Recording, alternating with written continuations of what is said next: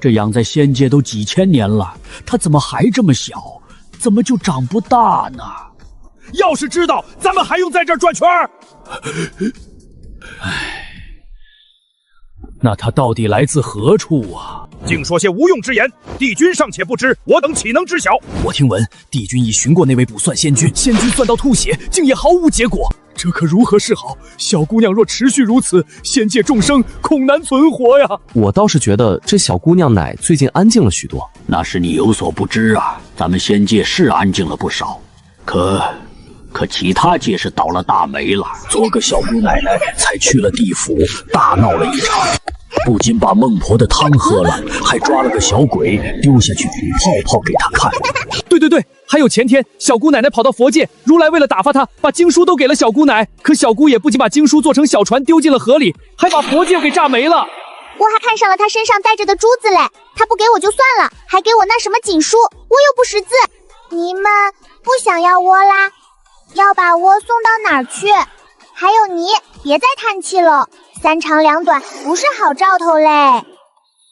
小姑奶奶，您听老仙给您说哈，这天界这么多年您也转遍了，每个边角都没放过，是不是挺没意思的？老仙知道有个好玩的地方，那里有很多人，还有好多好吃的吃食，您可以去转转。您放心，帝君一定会让司命星君给您投个好胎的，绝不会委屈了您，您就只管吃喝玩乐。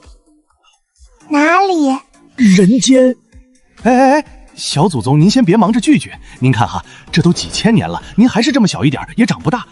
当然了，我们万万没有嫌弃您的意思，咱就是说万一您在人间就长大了呢？您看您还这么小就长得这么可爱，长大了一定是个倾国倾城，您就不想看看您长大后的样子吗？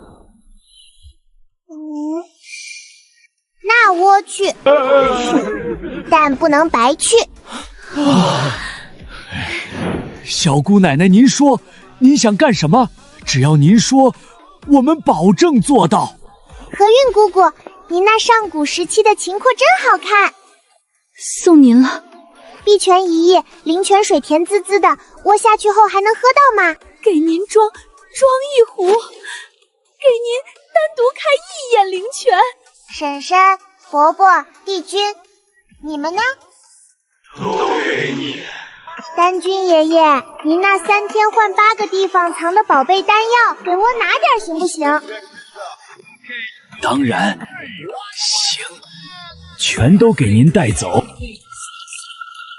终于走了，这魔头终于走了，帝君，老仙我可真是太激动了，还好我还藏了半壶仙丹。拿来吧你。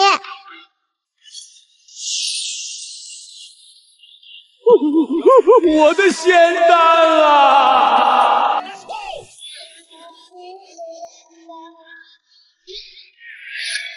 头好抬，你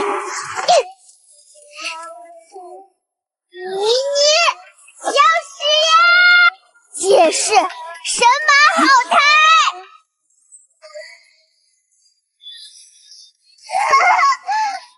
石老头，别窝！你们最好别让我回去！你狗天雷，灭了你！你帮着他们欺负我！王八，躲着！你下来，下来！你，对，小心我！那么是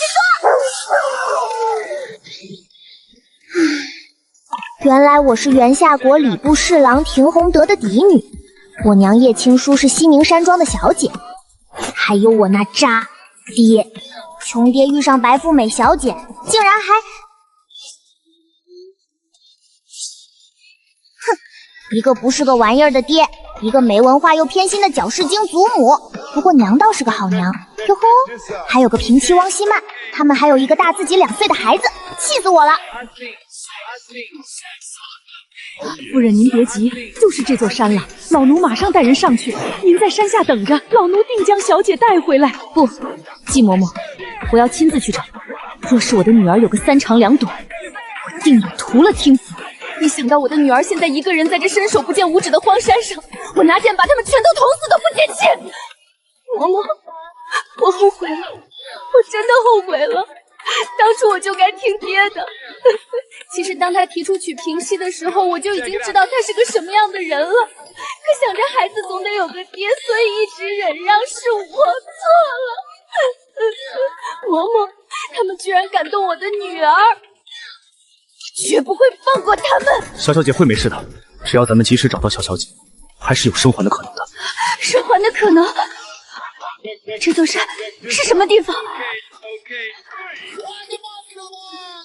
这座山的半山腰是无主坟。无主坟？无主坟？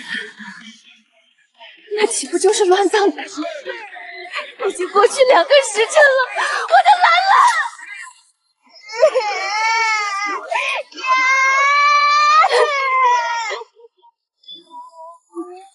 兰兰，娘的兰兰，娘的女儿啊！你没事，真的太好了。娘，没事。是娘不好，都是娘不好。娘保证以后再也不会发生这种事。娘给你报仇。季嬷嬷，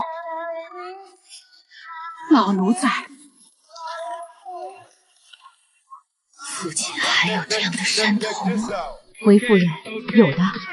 再往南5里是彻彻底底的乱葬岗，听说还常有野兽出没。让人将挺渊儿给我扔到那座山上去，今晚就扔。是。夫人，二夫人求见。让他进来。青兰，你怎么在这里？怎么？二夫人的意思，兰兰不在这里，应该在哪里？不是，我不是那个意思。我听说兰兰许久都没回来。回来就好，回来了就好。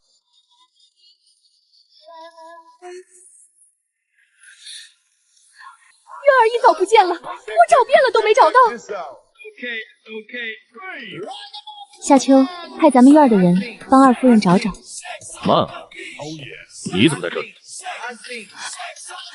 王氏，演得真好。夫君，渊儿不见了，我是来求夫人的，希望夫人能派人帮忙找找。妾身只有渊儿一个女儿，若是渊儿有个3长2短，妾身也没法活了。本夫人不是已经派人帮你去找了吗？你好好看看这院子里，一个人都没有，不然也不会有人来了，连个通报的人都没有。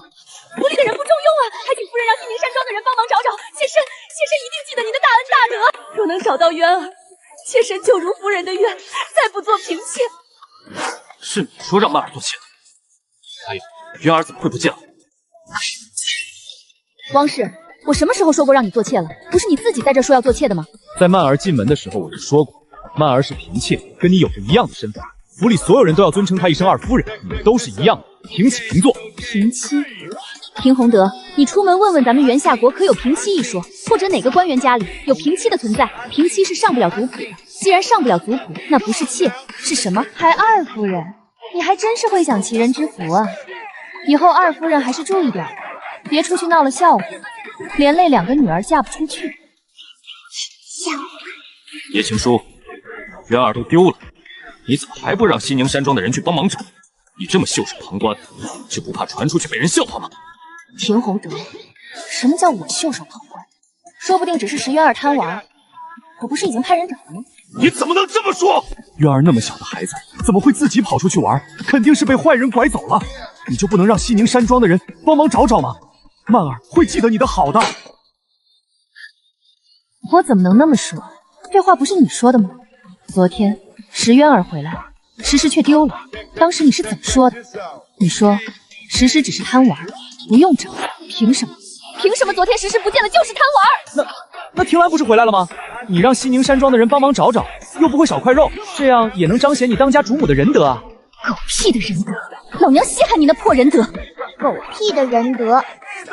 石石能回来，那是因为他命大，是因为他有个好外婆，我有个好爹。我女儿现在已经死在那满是白骨的荒山上了。二夫人不是总觉得自己出身高我一等吗？不如回去求求你的娘家，毕竟我的女儿能找回来，也是我娘家出的力。哦，对了，季嬷嬷，将库房的钥匙拿过来，交给汪氏。既然老爷你说汪氏是平妻，那总不能光吃饭不干活吧？从今天开始，这听府就由汪氏管了。娘真给力，就是这爹太不让人省心。娘娘呀，娘在，怎么了？吃腻了？娘这就让人换一种水果果泥过来。不换泥，我要换爹，我要换爹。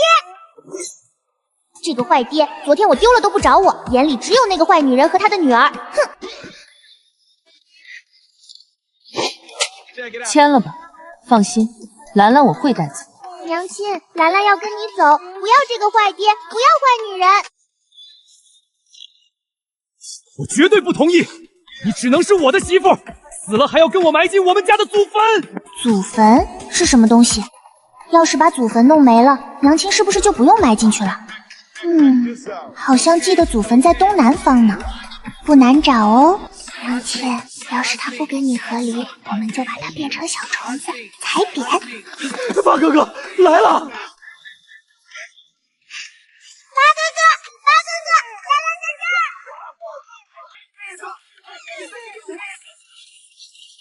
儿！夫人，兰兰找到了没？我带了母后的侍卫过来，咱们一起去找，一定将……哎，兰兰，你回来了！八哥哥，兰兰回来了。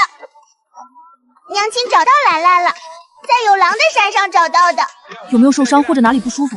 要是有，一定要跟我说，我马上派人急宫找太医。没伤，就是好怕呀。山上有狼，还有坏人把兰兰绑走了。兰兰以为见不到娘亲，见不到八哥哥了。夫人，可抓到是谁绑了兰兰？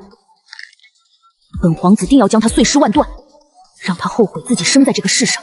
抓住了，但交代了兰兰的下落就自尽了。跟着兰兰的婢女小厮也死了几个，看来是受人指使。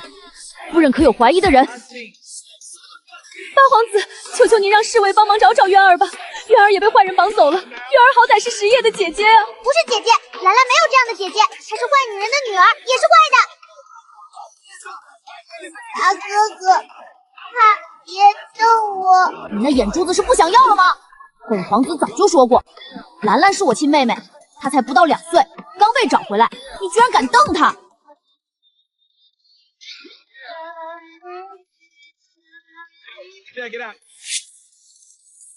反正我是不会和离的，你就死了这条心吧。娘亲怼他，渣爹受死吧！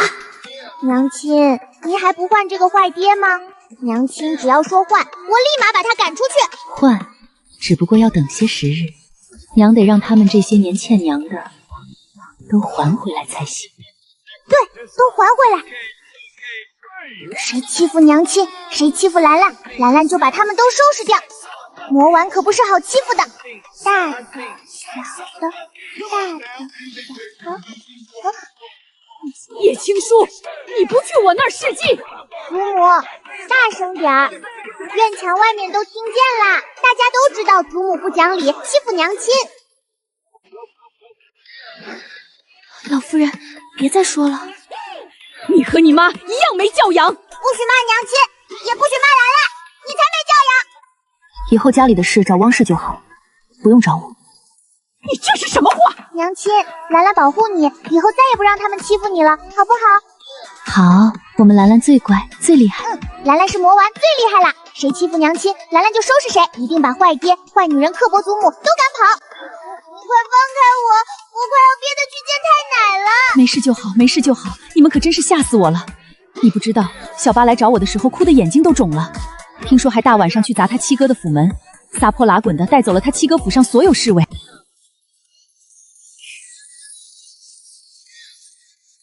好美！你这小丫头，还不到2岁就知道美丑了。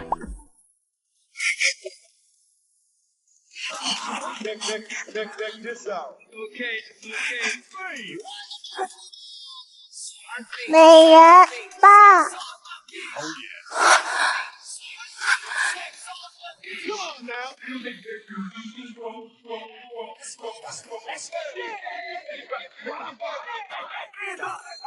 真美呀！兰兰，美吗？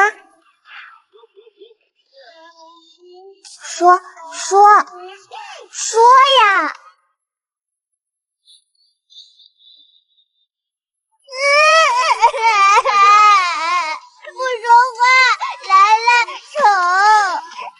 兰兰乖，不是因为你丑哥哥才不说话，而是哥哥他不会说话，哥哥也不会走。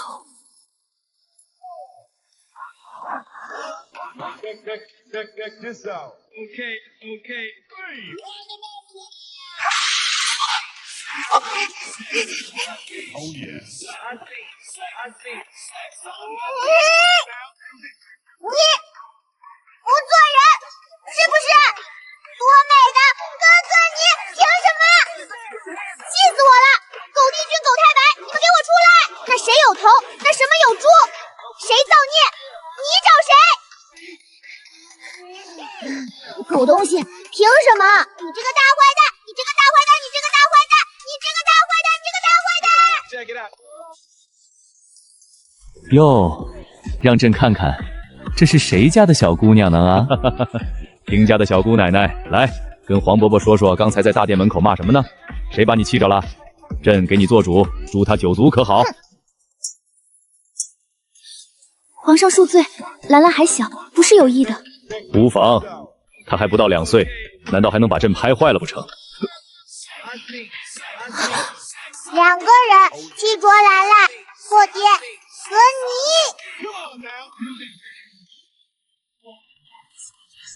廷洪德得罪你就算了，朕替你出气。黄伯伯怎么就得罪你了？黄伯伯才刚来。黄伯伯在呢，咱们兰有什么要吩咐的？黄伯伯，杀人有报应。皇上，没关系，让他说。报应，美人哥哥不走不说话，报应多可怜。兰兰，你是说兰藏之所以不能说话不能走，是因为朕曾经杀人太多，报应在了他的身上，对吗？皇上，兰兰还小，口无遮拦，您千万别跟他一般见识。不只是你，还有你爹，你爹的爹，你爹的爹的爹，你爹的爹的爹的爹爹。原来是这样，居然是这样，怪不得朕寻遍天下名医都没找到原因。原来兰藏这根本就不是病。皇上，兰兰乱说的，她还小。不，廷夫人，朕信兰兰。兰兰啊，美人哥哥不能走，也不能说话，你可知该如何才能医好？抱窝。兰兰的意思是说，只要兰藏这样抱你，就会慢慢好起来，对吗？会好，能走，能说。说兰兰是美人。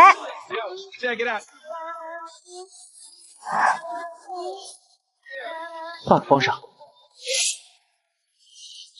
让他们进来！皇上，您可要为……穆舒雅，是你将兰兰推倒，逼她下跪，还说朕的七皇子给皇室丢脸，让她去死的。皇上，舒雅她女儿冤枉啊！是那个小不点自己跑过来撞到女儿身上的，女儿这才让她道歉。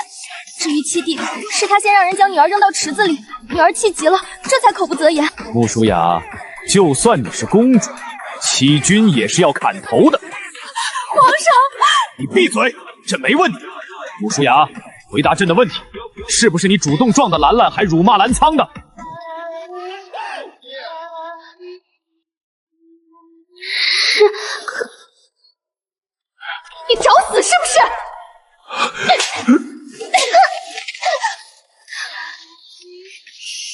你居然敢故意撞兰兰，还敢说本宫的儿子活着丢脸，让他去死！穆舒雅，我告诉你，若是兰兰和本宫的儿子有个什么不依，本宫定会亲手宰了你。朕不是不让他们和离，而是要有一个名正言顺的理由，不是？你给朕时间，让朕好好想想，想想怎么能在不委屈青叔和兰兰的情况下，让青叔将兰兰带走，让那狗东西千夫所指。那个什么，青叔啊，你今日在这儿陪皇后用了膳再走哈，朕有事儿需要处理，就先回御书房了。唉，又挨骂了。廷洪德那个蠢货，让皇后动气不说，还害无辜的朕挨了一顿臭骂。现在他觉得自己是个官儿了，就敢欺负青叔和兰兰，让朕的皇后动怒。朕前些日子可是刚把皇后哄好，那可是朕费尽心思刚哄好的呀。好，听洪德，你真是好样的，你可真是个好样的。听洪德，降为从六品员外郎。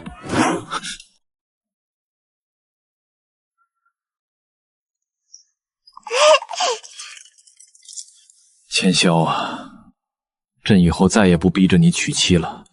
宋美人那件事儿，咱就过去了，行不行？以后你爱怎样就怎样，就算一辈子不娶，朕也绝不多问一句，朕保证。启禀皇兄，臣提想要娶妻，还请皇兄为臣弟做主。你说什么？臣弟想要娶妻。好啊，好啊！你说，只要你说是谁，朕马上就给你做主。先说好，娶了妻后可就不能再折腾朕了哈。臣弟要娶的人是叶青书。你说你要娶谁？叶青书，臣弟要娶叶青书，还望皇兄给臣弟做主。叶青书？叶青书，是我认识的那个叶青书吗？是我想的那个叶青书吗？还有没有别的叶青书？对，一定还有其他大臣家的女儿也叫叶青书，一定是这样。你说的叶青书是哪家的？西宁山庄叶庄主的独女叶青书。臣弟已经收到他想要和离的消息，他和离前脚出食府，臣弟后脚就迎他入王府。他的孩子我也会视如己出，哪怕这辈子我不要自己的孩子都行。你可问过人家，人家可愿意？没问过，但只要他和离，臣弟就追他。哎，那如果他不愿意呢？你当如何？愿意。爹爹，长得好，当我爹，我同意了。黄伯伯换爹，娘也同意给兰兰换爹。你是青书的女儿，我是良的女娲。本王是异姓王，战斗袁千霄。本王心愿已娘，本王想给你当爹爹。好，我同意了。帅哥哥，抱兰兰，抱兰兰。该死的，他怎么忘了这小子？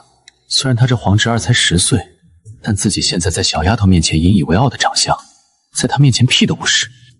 兰兰乖，这小子虽长得好看，可性格冷淡，从小就……不，一样的。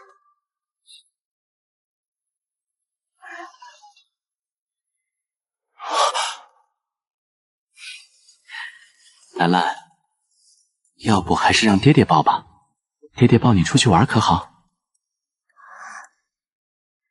不，美人哥哥更好看。皇兄，记得到时候给臣弟赐婚，兰兰这个女儿，臣弟要定了。这件事朕可做不了主，还得人家叶氏同意才行。等他和离后，只要他同意，朕就给你们赐婚。但你要记住，若娶了人家，就得对人家好；要是娶了之后不好好对人家，那就干脆不要娶，省得到时候皇后又要跟朕生气，也耽误了人家。皇后大人可疼了。我爹新认的。你这小丫头，就因为千霄好看，所以你就让他当你爹？你要知道，他除了打仗厉害，其他可是很不靠谱的，顽劣得很。当年这京都里1半以上的世家子弟都没能逃过他的毒手，那麻袋套的简直堪比朕的暗卫。皇兄，你不是走了吗？怎么又回来了？臣弟刚才陪兰兰玩，玉佩掉在那玩具堆里了。要不是回来找玉佩，臣弟都不知道皇兄堂堂帝王居然也会在背后说人。我爹骗人。兰兰，你呢？那破爹怎么不要脸了？他骗粮。怎么骗的？破爹装泥，他骗粮，他不咬年。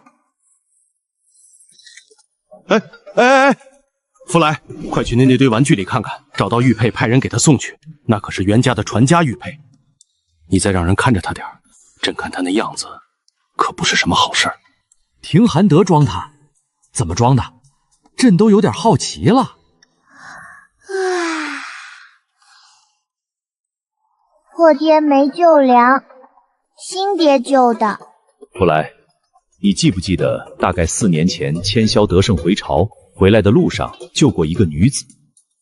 老奴记得，老奴还记得当时战王闹着让您去给他找人，可他既不知道那姑娘姓名，也不知道家住何处。皇上，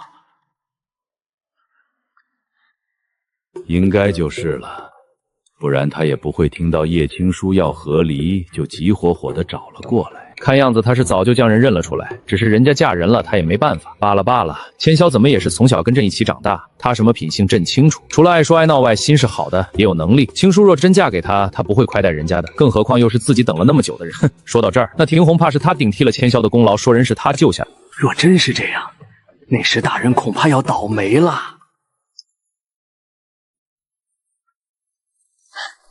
福来，你赶紧去派人看那小子有什么动作。朕去趟皇后那里，让她也听个乐呵。锦儿，千霄可真是给青叔出气了。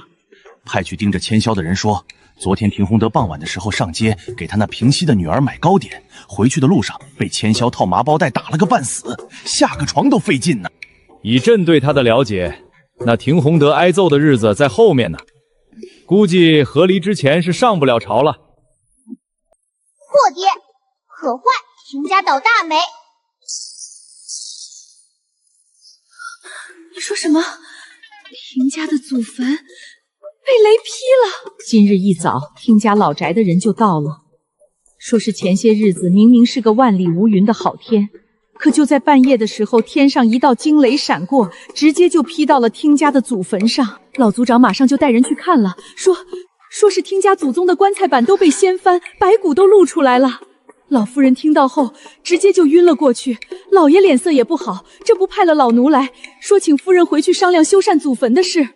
廷洪德不是说要把我埋他家祖坟里吗？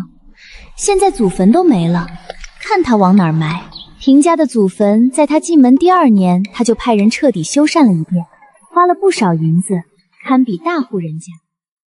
现在祖坟被劈，看他们拿什么银子重修。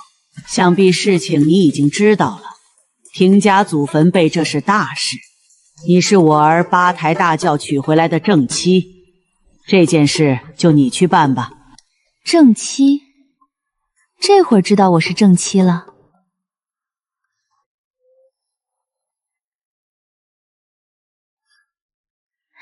我说老爷，你这脸是怎么回事？摔的吗？以后出门要小心些。这要是摔出个好歹可怎么办？还有，廷家祖坟都被劈了，以后下雨天你还是也少出门的好，安全第一。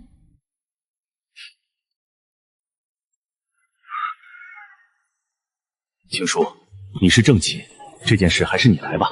当年祖坟重修的时候就是你办的，如今还是你来办，我们也放心。确定要我办？那行吧，修祖坟是大事，现在宫中有多少银子？拿出1半出来修祖坟。宫中还有50两，就剩50两了，那就拿出25两修缮吧。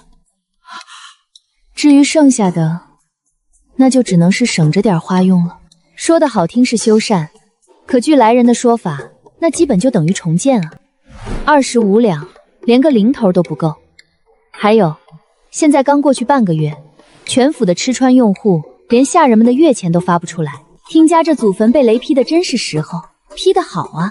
在元夏国，嫁妆属于私人物品，若夫家未经同意擅自拿取，可视为偷盗，传出去让人看不起不说，若对方追究，可是还要吃牢饭的。可是，夫人，奴婢派人去查过了，小姐被掳走这件事是汪氏和那庭渊儿做的，老爷并不知情，到时候他怕是不会承认的。不承认？呵呵，不承认也没关系。只要在帝都所有人心里种下种子就好。夫人，奴婢还查到一件事。那日绑了小姐的人不是用过酷刑后被扔到了叶府门口才交代了一切吗？这件事是七皇子做的。七皇子？木兰苍？我听师姐说，八皇子知道兰兰丢了就去了七皇子府借了侍卫，所以七皇子帮忙也不足为奇。不是的，主子，奴婢查到七皇子身边的暗卫在八皇子去前就已经派了出去，还在路上跟咱们的人打过照面，更是在咱们前快一步找到绑了小姐的人。这件事虽没什么，但奴婢觉得跟你说一声，七皇子身边有暗卫这件事我知道，这些年七皇子虽说身子不好，但皇上和师姐却从来没有放弃过他。所以当年他执意出宫住到皇子府的时候，皇上就把身边的暗卫副统领派了过去，一是照顾，二是保护。而其他皇子身边的侍卫最多只能称得上高手。可他在八皇子去前就已经派了暗卫。罢了，澜苍是师姐的孩子，兰兰百天的时候，师姐让我将他抱进宫，当时澜苍也在，他是个好孩子。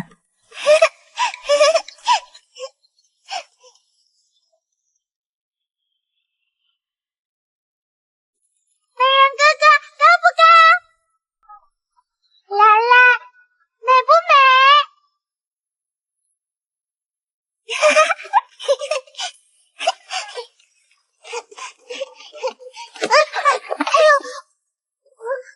大胆！这是谁家的小不点儿？没长眼啊！撞到六公主了！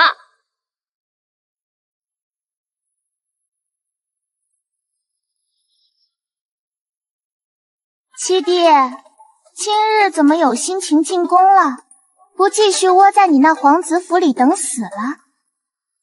木兰苍，凭什么他什么都有，而我却什么都没有？他凭什么能得到你的宠爱？你们才该去死！做坏事的人会有惩罚。青叔啊，你如今是我听家的人，那修缮祖坟你也该出一份力。按我的意思，这次修缮祖坟的那银子就你出了吧，这样祖宗们也会更好的保佑你们。这可是功德啊！这功德我可没福气要，还是让给汪氏吧。毕竟要是有听家祖宗们的保佑，他没准就能成正妻了，也说不定。叶青书，你别给脸不要脸！我们听家可是大家族，我儿还是官儿。你一个江湖女子能嫁进我们听家，你应该感恩，别不知好歹。难不成人多就叫大家族？要是这么说的话，听家祖宅隔壁那穷的连饭都吃不起的张家庄、李家村，每家每户都沾亲带故，岂不家家户户都是大家族？您儿子是个官没错，从六品员外郎，你们听家真是好大的官，好大的家族啊！大家族？多大个家族？你们听家是有深厚的文化底蕴，还是有能惠及世代子孙的财富积累？叶青书，你嫁到我们庭家，就该以庭家为主，修缮祖坟是你分内之事，这件事你愿意也得做，不愿意也得做。我叶青书是嫁给你们庭家了，不是卖给你们庭家了。我长这么大还没听说过谁家修缮祖坟逼着儿媳出银子的。你们听家的祖坟有银子修，你们就去修；没银子就让听家祖宗们睡在露天儿。想让我当冤种出银子给你们听家修缮祖坟，做梦！听家招来！哦，对了，听渊儿被抓走找回来，你们百般照顾，可你们别忘了，我的女儿在前一天也被人掳走了。既然你们一碗水端不平，那我就带着兰兰回娘家住一段时间。要是没什么事儿的话，别来打扰我们。夫人，您的嫁妆还在家里，咱们不在府里。要是他们私自动了您的钱，要的就是他们趁我不在的时候动我的嫁妆，这样将来和离的时候就又多了一项礼物，我也能顺利的带走兰兰。毕竟兰兰不能有个偷人东西的爹和祖母。你找人盯紧了，他们应该这2日就要动手，将他们什么时候拿的，都拿了些什么，全都记好。那里面可是还有师姐赏的呢。再有半个月就是师姐的千秋宴，以师姐的脾气，怕是会当场直接下懿旨赐下和离。若以廷洪德跟我大婚前与人无美苟合，并在我有身孕后将其和孩子接入府中，抬为平起一事和离，理由专归谁谢节不得担保。毕竟在是偷盗和伙同他人将嫡妻的孩子串通贼偷去这件事，足以要了他半条命。就你会告状？走，去狱卒法告状！快呀，推走！不然一会儿他就该把锄头拿倒了。兰兰小姐，不是锄头拿倒了，是倒打一耙。啊？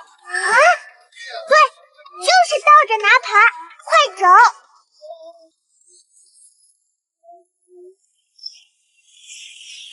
黄婆婆，我要告状！这是怎么了？摔倒了吗？出来，赶紧去拿药膏，小姑娘身上可不能留疤。是。看这小手疼的，皇后可见该心疼了。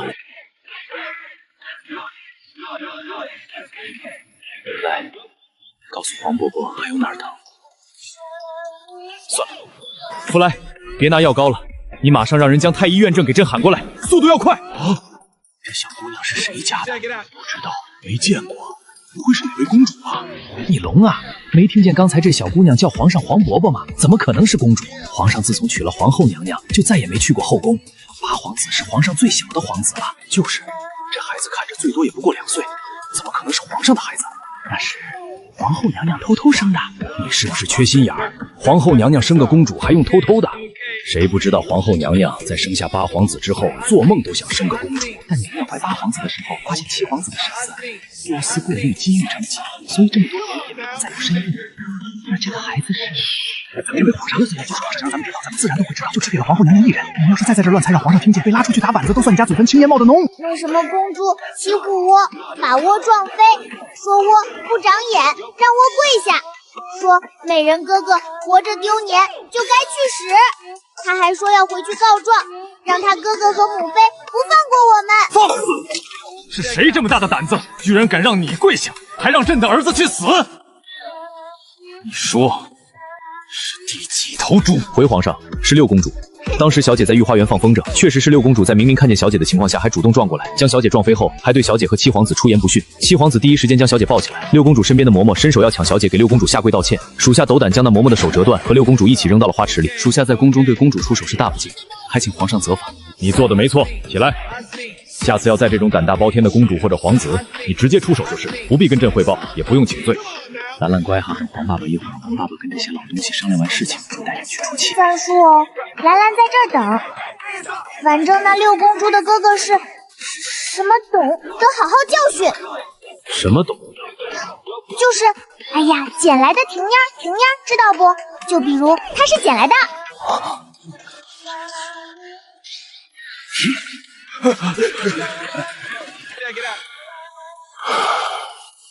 兰兰，你的意思是说6公主的哥哥不是朕的孩子，是野董对吗？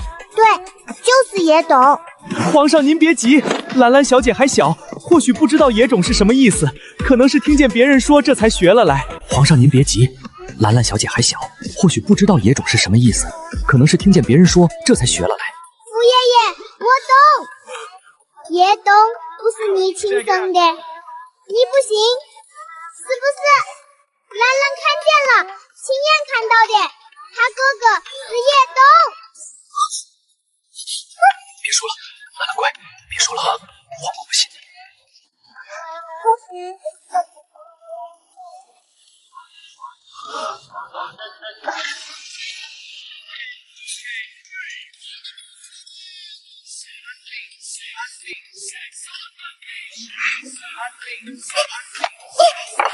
你闭嘴，狗东西，好什么好，还不让人说话了？有本事你进来劈死我，劈不死我就说。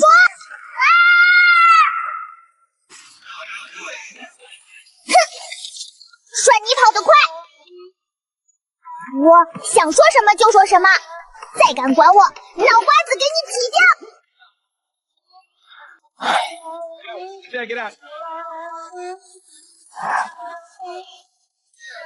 皇上，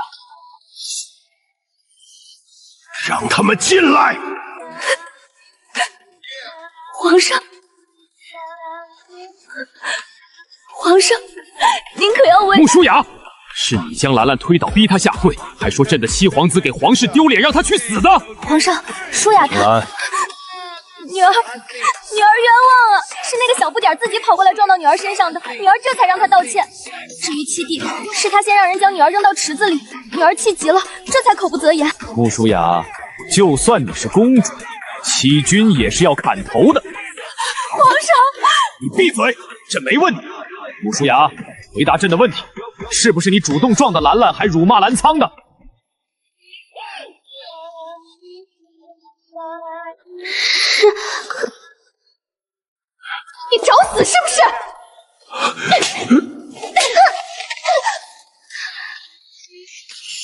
你居然敢故意撞兰兰，还敢说本宫的儿子活着丢脸，让他去死！穆舒雅，我告诉你，若是兰兰和本宫的儿子有个什么不依，本宫定会亲手宰了你。黄伯伯，漂亮剑借我用用，我出去劈死那狗东西。兰兰乖，那剑太大你拿不动，乖啊，等回头黄伯伯找个小的给你玩。你们不懂，他们骗我，欺负我，现在还吓唬我。天，我跟那狗毒性必须使一个！你闭嘴，狗东西，好什么好？本事，你进来劈死我！劈不死我就说啊！哼，算你跑得快，我想说什么就说什么，再敢管我，脑瓜子给你劈掉！黄伯伯，漂亮剑借我用用，我出去劈死那狗东西。兰兰乖，那剑太大你拿不动，乖啊。等回头黄伯伯找个小的给你玩。爸，皇上，让他们进来！女儿冤枉啊！是那个小不点自己跑过来撞到女儿身上的，女儿这才让他道歉。至于七弟，是他先让人将女儿扔到池子里，女儿气急了，这才口不择言。你找死是不是？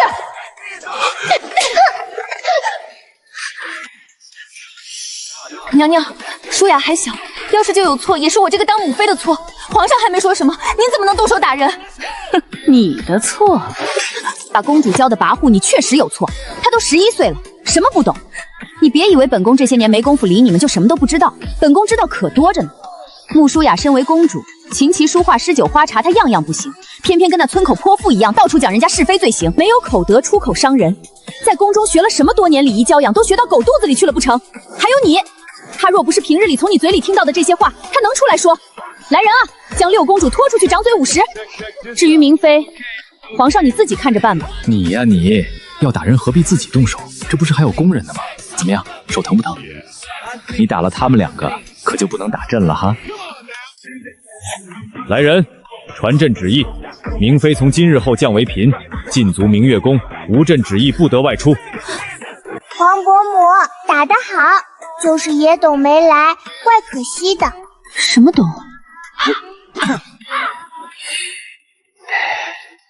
这件事啊，我早就知道。你早就知道了？是我早就知道。兰兰说的没错，大皇子确实不是你的儿子，而是明妃回家探亲的时候与他表相私通生下的，为的就是皇长子的位置。我本想告诉你，可考虑到你那自尊心，就一直没说。反正你也没有立大皇子为太子的意思，不是吗？你说的不错，朕当年虽然应了那些老家伙的话，充实后宫，也有了子嗣，但还是将希望寄托在咱们的孩子身上，哪怕兰苍的身子在朕心里。笑，兰兰送黄伯母金子。你这个小财迷，平日里看见黄伯母赏人的金瓜子，都恨不得全装自己那小荷包里，你还能给黄伯母送金子？当然，但不是兰兰的，是野董的。野董他有金子。你呀，他是皇子，肯定有金子。你这是要拿别人的金子送给你黄伯母，怪不得这么大方。朕这里也有金瓜子，一会儿就让人把你那小荷包装满，好不好？不是瓜子蜡那么小的金子，是那么大那么大的山那么大。山那么大，该不会是金矿吧？不知道，反正那么大，一车一车往外运。兰兰也想要，送给黄伯母。黄伯母买一买就高兴了。娘啊，有没有想兰兰？当然想了。兰兰这几日在宫里有没有听话呀？听了，我还做好事了你。还有，野董不是黄伯伯亲生的，我看出来的。当时黄伯伯的脸色过好看嘞，都绿了。亲爹，金矿，野董，天哪，他这些日子都干了些什么？娘啊，那个人好厉害，嘴里能喷火。夏秋姨，喏，给赏钱。娘啊，那个是用糖做的兔子吗？买一买。可以买，但只能拿着不能吃。小孩子不能吃太多甜食，会坏牙。娘啊，挠挠脸也没用，不能吃就是不能吃。我不吃了，我拿着看，真的。夏秋姐姐拿着你看也是一样的。娘啊，挠挠脸也没用，不能吃就是不能吃。我不吃了，我拿着看，真的。夏秋姐姐拿着你看也是一样的。你们的宝贝波来啦！娘啊，不是二娘，你看那边是渣爹。这田宏德祖坟没银子修，倒是有银子出来陪外室逛街，真是不要脸！难道他不知道自己还有一个妻子和女儿吗？什么东西！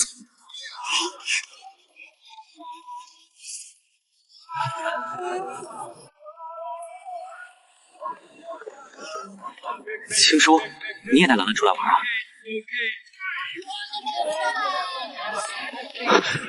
青叔，你在这里订房间了吗？正好，咱们一家人坐一起。我已经好几天都没见到兰兰了，想她了。你想兰兰？什么时候想的？怎么想？带庭月儿出府玩的时候想的吗？还是买东西的时候想的？你身后小厮这大包小宝的，里面可有哪个是给兰兰买的？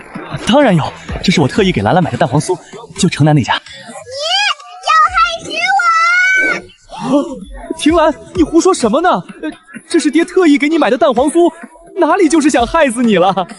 爹爹想你了，来，快让爹爹抱抱。田宏德，成婚第1年，你在我身怀6甲的时候带外室回府，还有一个比兰兰还大2岁的女儿，甚至还抬外室为平妻，享受着和当家主母一样的待遇。这就算了，本想着孩子要有个你配当爹吗？蛋黄酥是你那外室的女儿喜欢吃的，我女儿从小对鸡蛋过敏，你这不是想害死她又是什么？他要害死我！要害死我！不许给他！那不是爹你特意亲自去给我买的吗？还排了那么长的队，不是给他的。那蛋黄酥是我喜欢吃的，不是给他的。青叔，闭嘴！你别叫我！我真是瞎了眼，当初怎么会嫁给你这么个狼心狗肺的？兰兰还小的时候，不知道她鸡蛋过敏，误食了一口鸡蛋羹，差点因过敏而窒息。当时我派人去找你的时候，你在干什么？你是怎么说的？他死了才好。你说他死了才好？你如今说你想兰兰了，你可配？你今日这番作态，无非就是没订到房间想蹭我的。我告诉你，那是我订的房间，用我自己的银子订的，跟你没关系。我更不想跟你的外室和外室女同坐在一个屋檐下。所以听洪德石大人，好狗不挡道，请让开。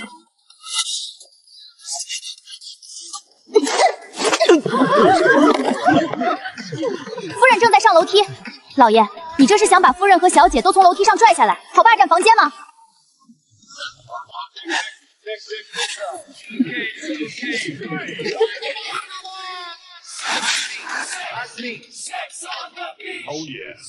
晴儿乖，别急。你看，青叔没吃亏，一点亏都没吃。再说了，千霄就在那边呢。你告诉千霄，让他今晚轻点打，要打死也得等青叔和离以后。虽然我恨不得他现在就死，但不能让青叔当寡妇。好了，青叔特意给长扫了咱的兴致。夫人，好消息，有好消息！夏秋姨，虾米好消息，捡银子的话要分1半哦。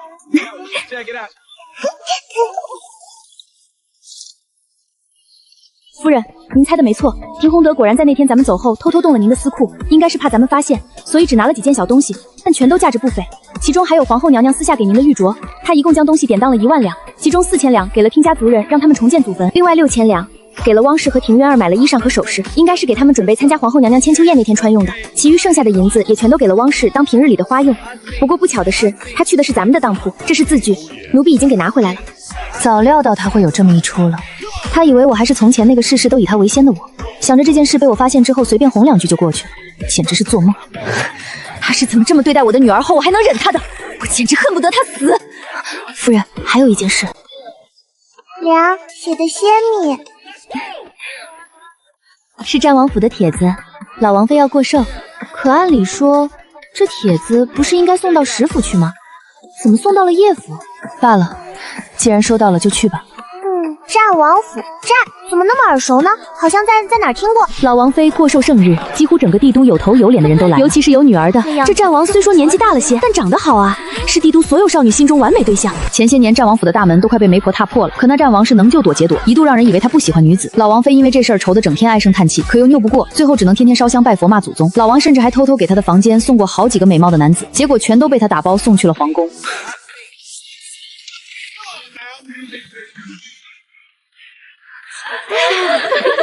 青叔，这就是小兰兰吧？哎呀，长得可真是好看，我已经很久都没见过这么漂亮的小姑娘了。可不是嘛，要不说还是人家青叔会生，不像我，做梦都想有个女儿，结果到头来生了4个臭小子，每天上房揭瓦，让老娘拿着鸡毛撿子撵着抽。这小兰兰我真是喜欢的不得了，要咱们来定个娃娃亲，我保证将兰兰当自己女儿就长家。要是谁敢欺负兰兰，将兰兰让她受委屈，老娘剥了她皮，打个半死赶出家门。哎呦，这算盘让你打的，就你家有儿子呀？我家也有，就是年纪大了点儿，但是大点会疼人呀，青叔。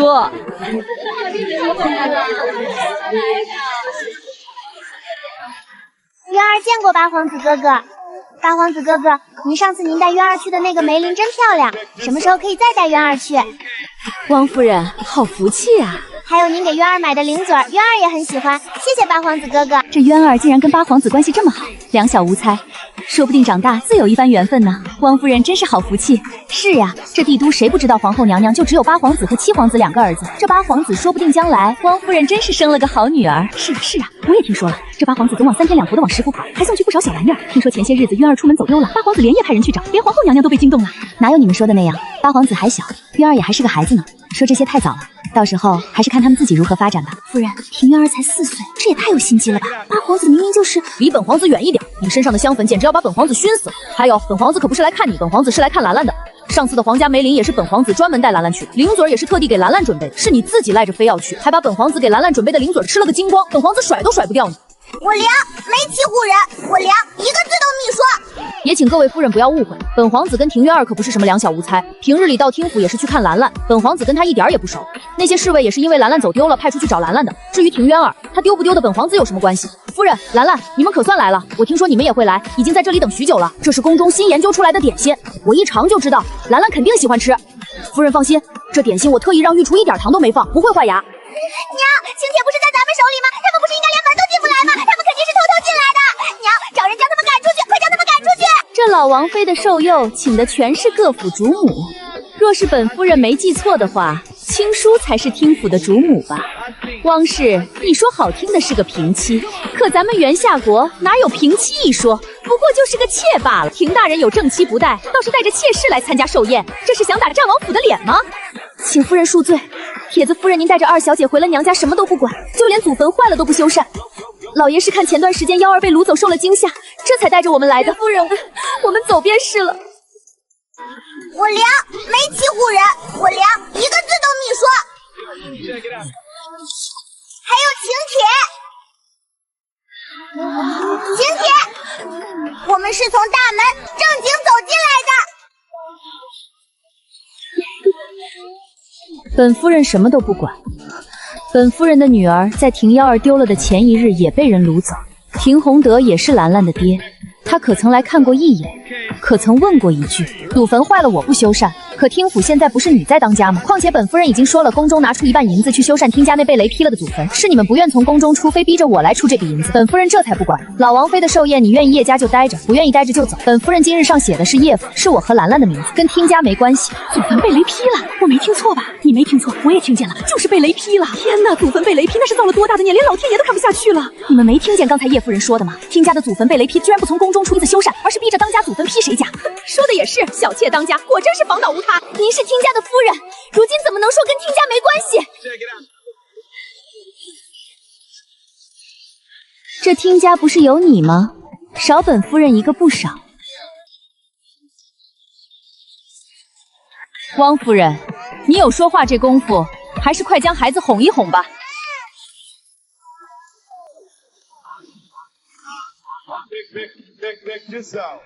这就是叶小姐和兰兰吧？怪不得叶小姐。兰兰呀，让姨姨抱抱好不好呀？不好。这小孩子呀，礼仪和教养要从小教才好，不然带出来多惹人笑话。杜夫人，你有这操心别人的功夫，不如先管好自家女儿，3天2头的追着人家3皇子跑，这礼仪和教养可见一斑。夫人说的是。前几天三哥还跟本王子说，这杜家小姐都快要将他吓得不敢出府门了。杜夫人和侍郎大人确实该好好管管府中小姐。咱们元夏国虽说民风开放，但也没开放到女子可以当街强人家做自己夫婿。更何况，若是本皇子没记错的话，杜家小姐上个月及笄，可是比本皇子的三哥还大上半岁呢。兰兰有礼貌的，知道在寿宴不能哭，不让姨姨抱，会累着姨姨。你才这么小一点儿，累不着姨姨。能的，姨姨肚里有宝宝。什么人？二小姐年岁小，还是不要让她乱说吧。不管是不是兰兰乱说，还是找府医来打脉看一看吧。要是万一真有了身孕，也得注意一下。老王妃到！到时候要是诊出侯夫人的肚子没动静，看他们娘俩怎么收场。快给侯夫人瞧瞧。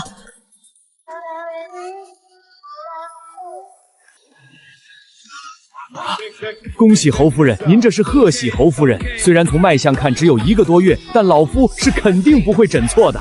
大喜，这可真是大喜呀！这要是让侯爷知道，指不定多高兴呢。你可真是依依的福星啊！依依多年没有身孕，本来都已经放弃了。兰兰来了，依依就有了身孕。谢谢你，依依，谢谢你。依依，不谢，涌泉相报就好。好，依依涌泉相报。你说要让依依怎么报？只要你说，依依肯定做到。这怎么可能？姿色无望。依依，装满，铜板，装满。依依说话要算数，快涌泉，涌铜板。依依，装满，铜板，装满。依依说话要算数，快涌泉，涌铜板。让侯夫人见笑了。这娘俩要的什么？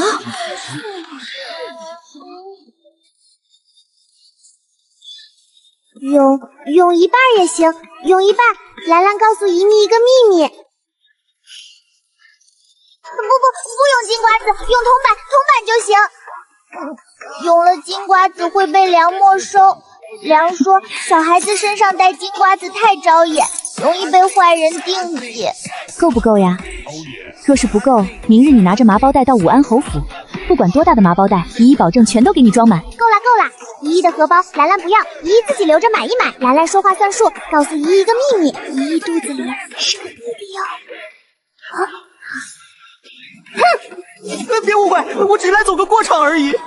骂不过打不起，当个天雷真是太难了。不错，真是不错，是个好姑娘。请。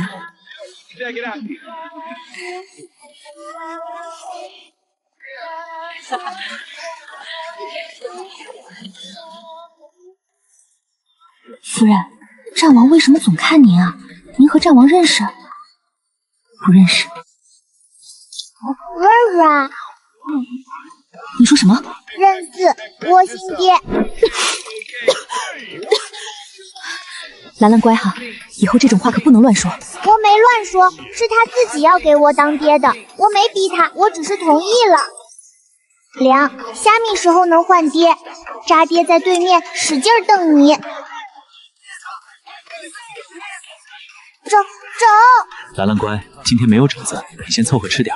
要实在想吃，等寿宴结束，我再带你去可好？走，出去，带我出去。夏秋依依留在这里，是小炮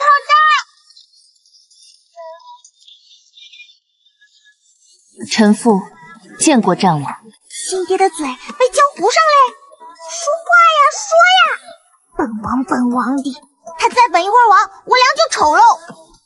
叶青书，王爷可是有事？本王，王爷要是没什么事的话，臣妇就先回去了。你等下，本王有事。亲爹的嘴被浇糊上嘞！说话呀，说呀！本王的，他再本一会儿王，我梁就丑喽。兰兰不急，皇叔他紧张虾米，可能是怕被夫人拒绝吧。青书，你可记得本王？王爷说笑了，今日是臣妇与王爷第一次见面。不是的，青书，这不是你我第一次见面。你在4年前可是受了重伤，最后昏迷在帝都附近的一个小村子里。确实有这么个事情，但王爷是怎么知道的？那你可曾记得什么？4年前，山庄因帮助朝廷动了太多人的利益，所以被许多门派联合围剿。可没曾想，却在半路玩役，听招后遭到埋伏，身受重伤。我逃到帝都附近的一个市小村子后昏迷不醒。不知过了多久，恍惚中觉得有人叫我，一张男人的脸，天洪德。不是他，是本王。王爷的话是什么意思？青书，不是他，不是听洪德，是本王。当年本王在边境打仗得胜回朝，因着母亲生辰快到了，便提前赶了回来。帝都附近那小村子里有一家姓李的卖货郎，他家的栗子糕尤其好吃，我母亲特别喜欢，所以本王特意绕道去买。到了也是深夜，本王在进村子的时候，发现有一群人在鬼鬼祟祟的搜寻什么，本以为是敌国奸细，可没想到在一处草棚遇到了重伤的你。王爷是说，当年救下我的不是听洪德，而是你。可当时我明明看到的是……本王派人去查了，当年有一个农户的妻子提前生产，他去请稳婆的时候路过了那个草棚。他说他当时确实看见了受了重伤的你和田宏德，他还告诉田宏德可以先将你送到他家里，他请了稳婆回来就带你们去找郎中。可他回来的时候，田宏德已经不见了，里面就只剩下昏迷不醒的你。等他将稳婆送回去再回来救你的时候，你已经被本王救走了。当年田宏德他跑了，许是当时他叫醒了昏迷的你，可你再次昏迷的时候他就跑了，所以你才会以为是他。请说，不是他，是本王。怪不得后来当我在路边遇见买个馒头的讨价还价的丁宏德时，他会那么震惊。怪不得这几年我每次问他一个手无缚鸡之力的书生是怎么救我的时候，他都支支吾吾的岔开话题，只说是缘分。原来根本就不是他救了我，原来这些年他都是在骗我。青叔，你不要有心理负担，一切都交给本王，你只要考虑你愿不愿意即可。愿意，我愿意，我同意了。你个小丫头，你知道些什么你就同意了？我记得他，我心结。王爷，青叔和离后，此生只想守着女儿过一生，并没想过再嫁他人。王爷的情谊，青叔只能说声抱歉，但王爷的救命之恩，青叔会记得。青叔说话算数，不管何时，只要王爷所求不违背道义，西宁山庄都会鼎力相助。爷，加油！一根亮亮亮，命中注定嘤嘤嘤。皇叔，别放弃，当年父皇就是靠着不要脸才把母后追到手的。你放心，你皇叔我呀也不要脸。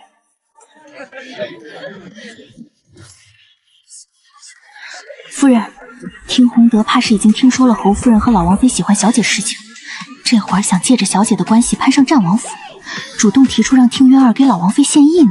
凉啊，大姐这是在揍古琴嘛？能不能让大姐轻点揍？古琴都被她揍哭嘞。夏秋姨，夏秋姨，给打赏，快别让大姐揍了，古琴实在太可怜了。这古琴奏的确实难听了些，本王的战王府有乐师，还是听些悦耳的。跟本王去前面做客好，等一会儿本王给你涌泉。我今天身体有点不适，先走了。叶青书，你好歹是我的夫人，怎么会那么不知轻重？你不知道武安侯府的涌泉相报价值鹅合吗？我被贬官，你不求武安侯夫人帮我官复原职，居然随着庭兰胡闹就只要了一荷包的铜板，你就那么缺银子？这么多年我是缺你吃了，还是短你喝了？明日你就去武安侯府，以探望武安侯夫人为名，求侯爷替我说两句好话，让我官复原职。庭兰虽比不过渊儿，但好歹也有些用处，知道哄着侯夫人说她肚子里的是个男胎。侯夫人有了身孕，侯爷一高兴肯定会答应。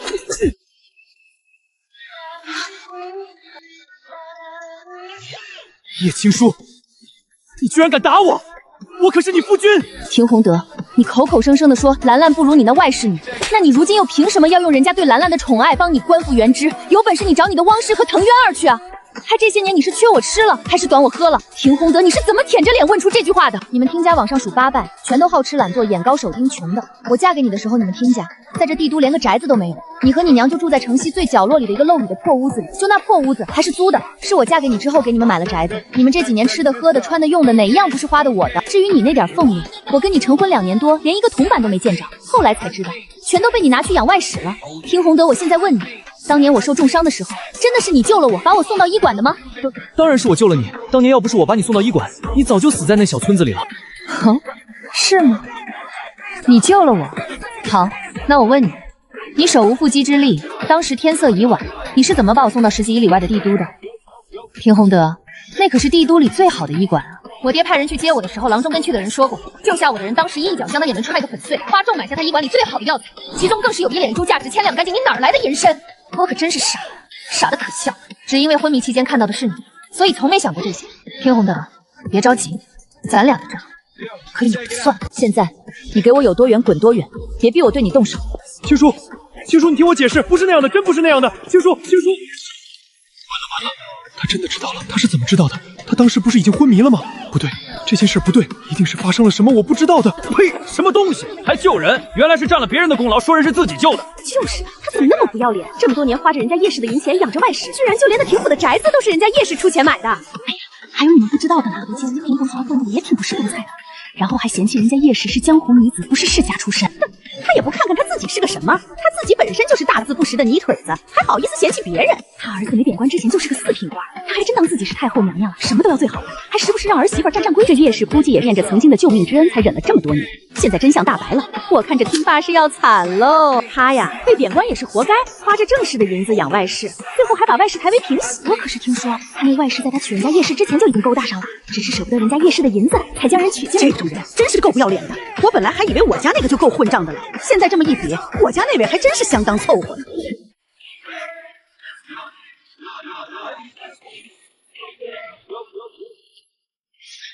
当年我真的不该只相信自己朦胧中的一眼，就什么都没去调查，轻易相信了他。凉啊凉，走，去看戏。这大清早的哪有戏班子唱戏？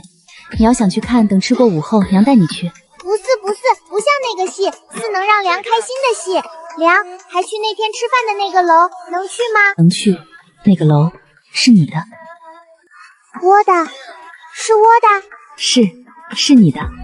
娘在去年就已经将10顶楼过到你名下了，不仅那个楼，还有其他的一些产业。算了，有些东西本来想等你长大些再告诉你带你去的，可娘的兰兰这么聪明，跟别人不一样，就算现在带你去也没什么。你别多想，不是你不好，你从小跟在我身边怎么会不好？只是如今兰兰慢慢长大，不像小时候一直抱在怀里就行。你一个人忙不过来，从前我顾着廷宏德很少用山庄的人，就连婢女都只带了你一个，其他全都是从外面买来的，就怕伤了他的自尊心，这才导致了上次兰兰被掳走。夏秋，当年救我的人不是廷宏德，而是战望袁千霄。对，是我亲爹。等事成那日，本王绝不会亏待你的。哎呀，王爷别，这是酒楼了。凉啊，我知道他们在干嘛。八哥哥上次带我去梅林的时候，遇到了那谁家的小姐来着，那谁家就跟一个公墓子在梅林外围不要为讨厌的，他们还夏秋，当年救我的人不是廷宏德，而是战望袁千霄。对，是我亲爹。夫人，这廷宏德也太不是人了。他当初追您的时候，一个劲儿的往山庄跑，庄主不同意，他就死皮赖脸的每天在山下等着。您看在他的救命之恩，时常暗中接济他，就连他养外室抬外玉为平妻，您都看在这恩情的他份上忍了，现竟然连这救命之恩都是假的，他简直是太可恨了！不行，这口气奴婢咽不下，奴婢去杀了他！不行，现在不能杀了他，杀了他您就成寡妇了。奴婢去揍他一顿，您和黎前，奴婢每天都去揍他一顿，奴婢揍死他！不用你去揍，战王已经揍过了。上次咱们回去你不是看见了吗？揍挺惨的。凉，走呀，快走呀，不然赶不上了。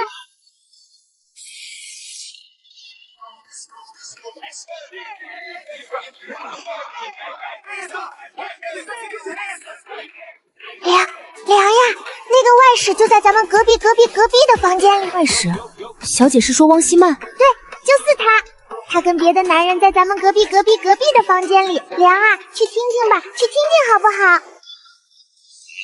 王爷，您这次真要帮人家才行。那廷宏德晚不知道发了什么疯，昨晚回去后就将自己关在书房里，我好心去看他，他还吼我。那还不是你办事不力？你都进了廷府这么久，什么都没拿出来，现在还有脸在这儿跟本王诉苦？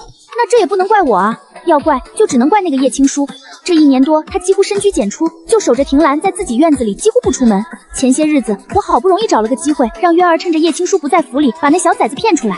可那些人居然只将他扔到山上，没下死手，还让叶青书将人找了回来。王爷，您说过的，等您将来成了大事，会许我当贵妃的。还贵妃？可真是敢想！就这个没用的王爷，当年夺嫡的时候都不行，这会儿得了我的银子就能行了，简直是异想天开。等事成那日，本王绝不会亏待你的。哎呀，王爷别，这是酒楼了。凉啊，我知道他们在干嘛。八哥哥上次带我去梅林的时候，遇到了那谁家的小姐来着，那谁家就跟一个公墓子在梅林外围不要为讨厌的，他们还你看见了？我想看。可八哥哥把我抱走了，还捂了我的眼睛和耳朵。凉啊，为啥嘛不能让我看？他们到底在干什么啊？他们在比武，对，他们在比武。原来是这样，那这个王爷的武功一定很厉害。凉你一听，汪夫人都哭了。夫人，是汪氏吗？是他。还有文川王，那不是先皇收养的儿子吗？还让他上了皇家族谱，成了2皇子。他在当今圣上登基的时候就自请去封地了，怎么会跟汪氏在一起？汪氏和文川王有一腿，那庭渊儿是不是？不是哟，夏秋姨，要让你失望喽。不过那2人都以为庭院儿是他们的孩子，但不是哟。那文什么王根本就不能生，不能生？他有病？不是哦，他没病，他命中无子。其实他也不是没病，他还是有一点病的。他身上有一些好玩的东西，作恶太多的缘故。穆家先祖是土匪出身，称帝之后让百姓免受战乱，这是不错。可一开始的时候，为了服众确实杀伐太重，以至于每一代穆家人都会有几个遭报应，这就是人们常说的做不好的事情会对子孙后代。可木兰苍不是坏人，而且长得那么好看，不知为何他一看就喜欢。兰兰，你在那儿干什么呢？快下来，爬那么高太危险了。虽说娘也很后悔让你有那么个爹，但没办法，你还真就是他的崽。不过没关系，等娘跟他和离后，你就只是娘一个人的崽了，跟谭帕家再没关系。那行爹你。小孩子家的别乱说，好好吃饭，一会儿娘带你去个地方。你说什么？再说一次！大人，庭家祖坟又被雷劈了。我不是已经给了上次来的人银子，让他回去修缮祖坟了吗？是给了，可祖坟才修缮到一半就又被劈了。族长说剩下的银子不够，还说让您最近务必回去一趟，最好是找个高人一起回去。大人，现在族里族外议论纷纷，全都说祖坟被劈是因为您在这帝都做了缺德事儿，连老天爷都看不下去，所以才专挑听家祖坟劈，不然周围那么多家的祖坟，怎么就偏劈听家的？放屁！本大人能做什么缺德事儿？再乱说，小心本大人治他们的罪。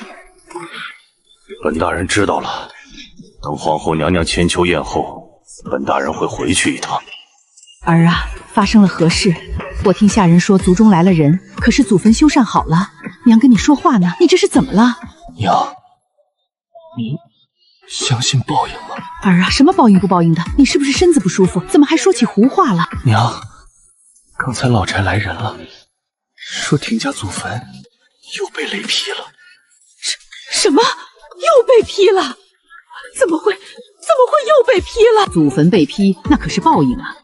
儿啊，你老实跟娘说，你有没有做什么伤天害理的事？要是有，你千万别瞒着娘，娘跟你一起想办法。我当年为了汪氏对青叔青叔怕是已经知道了。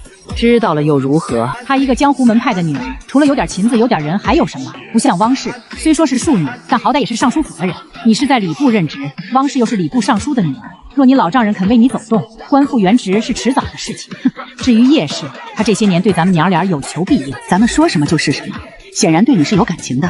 过几日是皇后娘娘的千秋宴，你趁着机会好好哄哄她，自然就回来了。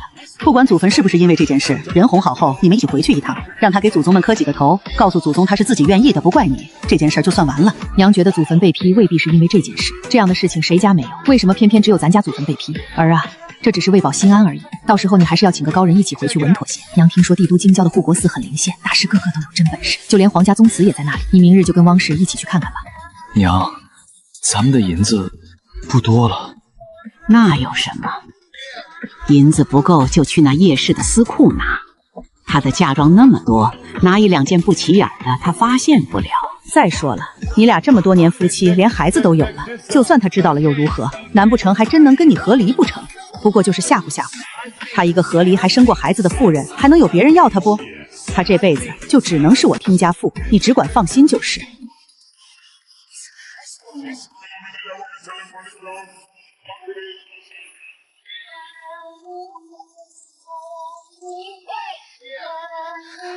青叔，你怎么也来了？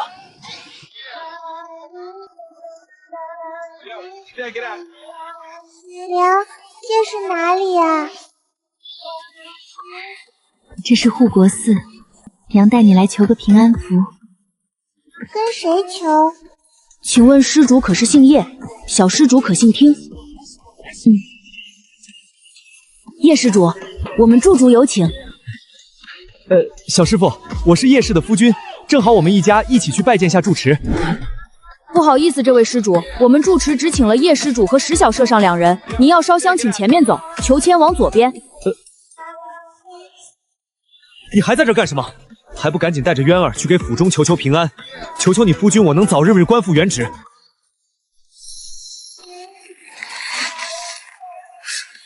什么玩意儿？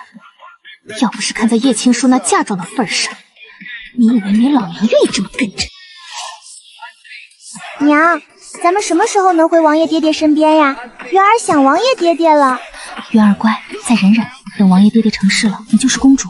但你要记得，这件事现在就只能是你和娘知道，不然月儿可就当不了公主了哟。娘，月儿知道的。王爷爹爹和娘现在做的一切都是为了月儿将来能当公主，月儿不会乱说的。虽然咱们跟王爷爹爹很少能见面，可王爷爹爹很疼月儿。当然啦，你可是你爹爹唯一的孩子。怎么还没来？是不是你那小和尚认错了人？这都多久了？要不是怕给他招闲言碎语，本王就亲自去了。你不是最会算吗？来来来，快拿你那些破签子给本王算算，看他们母女俩是不是在路上遇见什么危险了。不行不行，签子不行，还是用你那龟壳吧。本王知道那是你师父留给你的，你平日里宝贝的不得了，肯定算得比签子重。快，就用那个龟壳算。在哪儿呢？是不是挂腰间了？哎呀，你倒是快点啊，慢腾腾。来来来，本王帮你拿。贫僧身上真的没有。少废话！没有，王爷，您别这样，真的不在贫僧身上。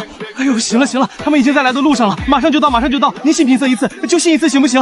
快别翻了，他们真的已经到了，贫僧都听见他们的脚步声了。你不是喜欢我俩吗？怎么会跟别人在这里比武？那个，青叔兰兰，你们别误会，本王是看你们许久都没过来，想着让这死秃子算算你们到哪儿了，不是你们看到的那样，真不是。兰兰，他们不是在比武，大师是出家人，不能比武。行吧，那我就勉强还认他当我亲爹。你总看我干什么？想抢我果果？不是，贫僧不是想抢你果子，贫僧是看不清你，所以才多看了2眼。我懂，颜色不好嘛。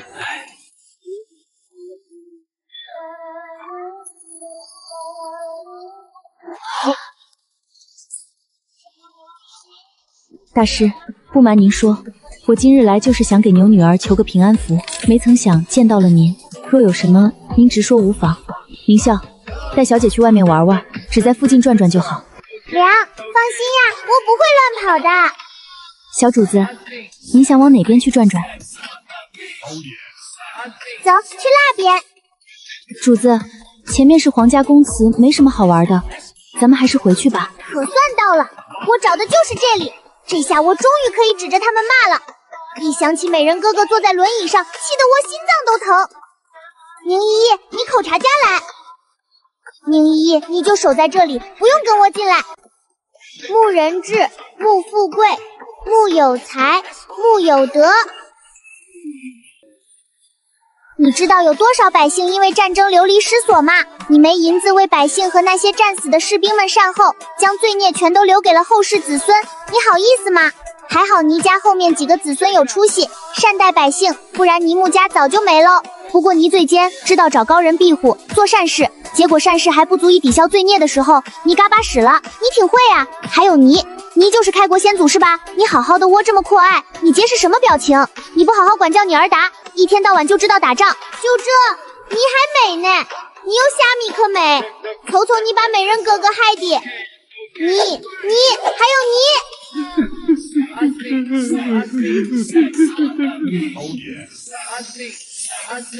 太欺负人了，简直太欺负人了！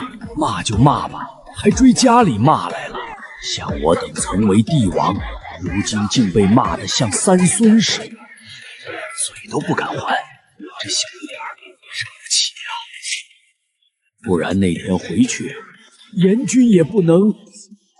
静心大师，您刚才说的话我没明白，什么叫兰兰是他也不是他？不可说。那您能不能告诉我，我女儿这一生会平安喜乐，一生顺利吗？她有没有什么劫数之类的？不可说。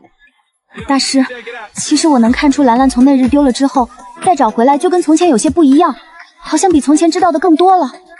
兰兰将来会不会因为这种特殊的能力？不可说。我不能说你就一句也别说，说半句话算怎么回事？不知道本王最是听不得说了一半的话吗？让青叔着急，你信不信本王像当年一样把你扔山沟里，让你找都找不回来？还王爷呢，就知道威胁我，什么狗屁王爷，欺负老实人！呀，不，阿弥陀佛，尼僧不是有意要犯口业，不是有意的，您就当没听见哈，没听见。死秃子，你还不赶紧说，兰兰究竟是怎么回事？那小丫头呀，她不是一般人。没了，没了。贫僧不是说了，她不是一般人吗？不仅我们知道，我皇兄皇嫂也知道，还用你说？你倒是说点我们不知道的呀！你们不知道的，那贫僧就更不知道了。你不知道，你说兰兰不是一般人，你找揍是不是？哎，别动手啊！我告诉你，你要动手的话，我还真就打不过你。实话跟你们说了吧，你们应该也听说过，贫僧从小就异于常人，能看见一些别人看不见的因果和将来。可那小施主却是我活到现在第一个看不见的人。不过我还是提醒你们，我虽然看不见那小施主的因果和将来，但他身上那耀眼的霞光，可是差点没闪瞎我的眼睛。他呀，身上肯定有大功德，而且是那种逆天的大功德。可除了功德，好像还有些其他东西。这种人只会有两种结果，要么就是毁灭天下，要么就是为天下所牺牲。你们心里最好有个数。追去啊！还站在这干嘛？好不容易借贫僧的名义将人骗来看一眼，解解相思之苦，到这会儿了，不知道出去安慰安慰？哼，一天到晚的就欺负我。今日多谢王爷，要不是借王爷的光，青叔今日恐怕见不着静心大师。你别哭啊！兰兰是的，你女儿也是我女儿，只要本王活着一天，就会本王收到消息连夜赶回来的时候，兰兰已经被找回来了，是本王的错，是本王没护好你们母女俩。青叔，你放心，不管你答不答应嫁给本王，本王都会永远站在你们身后。任何人都别想伤你们母女俩分毫，哪怕你嫁给别人，本王也会祝福你。王爷，本王知道你现在还没合理，本王可以等。快去宗祠！你看本王和青苏说两句话，你难受是不是？皇家宫祠里全都是先祖牌位，就算这护国寺来了贼人，也不会吃饱撑的去那里。更何况山下还有侍卫，没有你的允许，谁能上得来？你有病啊！我骗你干什么？别人是上不来，那不是有上来的呀！你别忘了，除了你们俩，还有个小祖宗，现在也在这后山。静心大师是说，兰兰在皇家行藤，可是她去那里干什么？她没干什么不好的事儿吧？小祖宗倒是没干什么坏事，但他应该也没干什么好事儿。刚才你们出去后，我本想打坐好好想想，我还没做好呢，就听见穆家祖宗们喊我，哭的那叫一个惨。行了，今天就到这里吧，你们也好好反思一下我说的对不对。还有就是，你们虽说是皇家先祖，但你们好好看看你们身上的功德光，还没我身上的亮，你们的好意思吗？你们要好好修炼，这样才能更好的庇护子孙后代，不能总想着让他们自己承担和化解你们带来的因果。我说话呢，你们听见了没？听见了。听见了就好。我告诉你们，我可是会来检查的。要是让我知道谁在偷懒，不好好修炼，我就直接把你们那点少得可怜的功德光全都打散，反正留着也没用。好啦，我要迟了，再不回去凉该担心了。真是的，下次再来这破宗祠的时候，得记得让宁依依给我带点水喝。有人吗？唉，说了这么半天，我都渴了。宁依依，你在外面吗？来抱兰兰出去喽！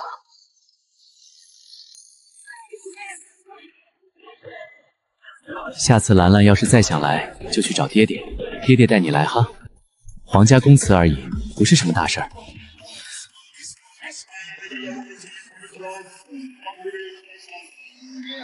哥哥我了。那个大师呀，其实你已经不用待在这山上了，你这些年做的好事已经抵消了你的天赋，而且你本身也不属于这里。唉，我真是心疼你，这里没有肉肉吃，多可怜。手吧，收拾收拾下山吧。小施主，你是说贫僧身上的因果已经没有了？你有了呀？你能看见贫僧身上的因果？能呀，我又不像大师你眼神不好，我看得可清楚了，你身上已经没有牵扯因果的线了。怎么了？这不是你一直都想的吗？再说了，你自己身上有没有因果你自己不知道啊？干嘛那么惊讶？废话，我要是知道自己身上的因果没有了，我早就下山了，谁还在这待着受罪啊？你不用这么看着我，你没听过说吗？医者还不自医呢。我看不见自己的因果和命数有什么可奇怪的。不过我看你看得可清楚得很，你和那位叶公日这辈子是注定要在一起的。不然那小施主怎么会叫你爹？他怕是也能看见。王爷，我能不能跟你商量个事儿？你说，但别太过分。不过分，不过分，一点都不过分。得等皇后娘娘千秋宴之后，皇上祭完祖，我才能下山。等我下山，你收留我呗。不白收留，我可以给你府上的人算命。哎，你别走那么快呀，咱们再商量商量，再商量商量嘛。青叔，前面香客多，本王就送你们到这里。你要是有什么事，就派人来战王府找本王，本王保证第一时间出现在你面前。爷爷，大年嘞，你肯定能娶到我娘嗷四徒子，你看我女儿多可爱，哎，你就没有？你说气人不？你到底有没有良心？当年到底是谁给你算出你和叶氏会再续缘分的？我有女儿，要不是我算出她就在帝都，你到现在还满处找人呢。嘿嘿，本王有女儿了。你罢了罢了，滚滚滚！我现在要回去好好安排一下我走后的事情。你最近别来了，我简直看见你就烦。那可不行，要是青叔想见你，不管什么时候，本王都得带他来。滚！哼，滚就滚，反正本王有女儿，你没有。不去，我不进去。怎么了？娘带你去求个平安符，很快就出来了。我不去，我和他们结良知了。我不要进去，我讨厌他们。小气？小气鬼，小气的不得了。他们小气还穷。我以前去佛界，那些秃枝贱窝就好像见鬼一样，连门都不给窝开，最后开了。可他们居然想要窝的宝贝，那窝还喜欢那个秃枝手上的珠珠呢，他怎么不给窝？就给了我几本经书，还让我回去好好研究。我连字都不认识，我研究个屁呀！然后我走的时候，把他们的佛门给拆了，还把经书撕了折成小船放到了灵河里。后来我听那些骗人的老头子说，那些秃纸整整在河里捞了2个月，捞的脸都绿了，让我以后见着秃纸躲着点走。可是把经书放到灵河里，能让更多人看见呀，这可是积德的事情。他们不是一直说要普度众生吗？那他们为什么不高兴？所以凉啊，你带着夏秋姨姨去吧，兰兰和宁姨姨在这里等着。兰兰不喜欢秃纸。那个兰兰不去，娘也不去了，咱们回去吧。去佛界，那是一般人能去的地方吗？还拆佛门、撕经书，他的女儿到底是谁？其实连庭兰自己都不知道她自己到底是谁。她从有了自我意识后就在天界，可她能明确地感知到自己与那些神医们的不同。她全身是有强大的功德光，不错。夫人，廷府的马车坏在前面了，廷大人在前面拦路呢。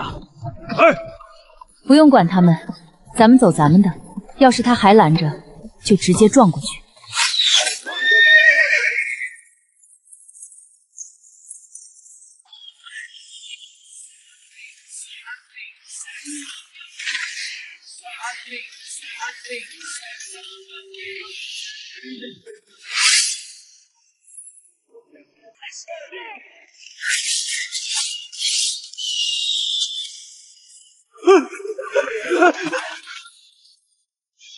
凉啊，他们好黑啊。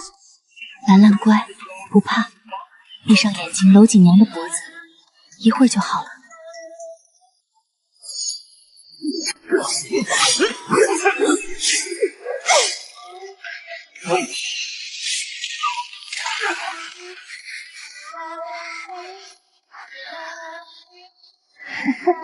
天地法则可真是好样的，你们全都是好样的。有办法了，静心大师救命啊！有人要杀小孩了，你听见了没有呀？静心大师，我在叫你呢，你回窝呀！你倒是回我一声啊！你不回窝，我不知道你听到了没有呀？你不是孤儿呀，你是被银范直拐出来的，那银范直就是你的头，给仇银干活，你还真是有出息。看，你不专业了吧？这刀都砍偏喽！哎呦呦，你离我们这么近干啥？你同情他呀？不用同情，真的不用。他爹喵好歹这么多年都在找他，而你就不一样啦，你爹喵不要你啦。喏，你们是不是不相信？你是从小被拐走的，虽没有记忆，但你左臂上有一处烫伤，是你小时候被拐走之前烫的。我说的，对不对？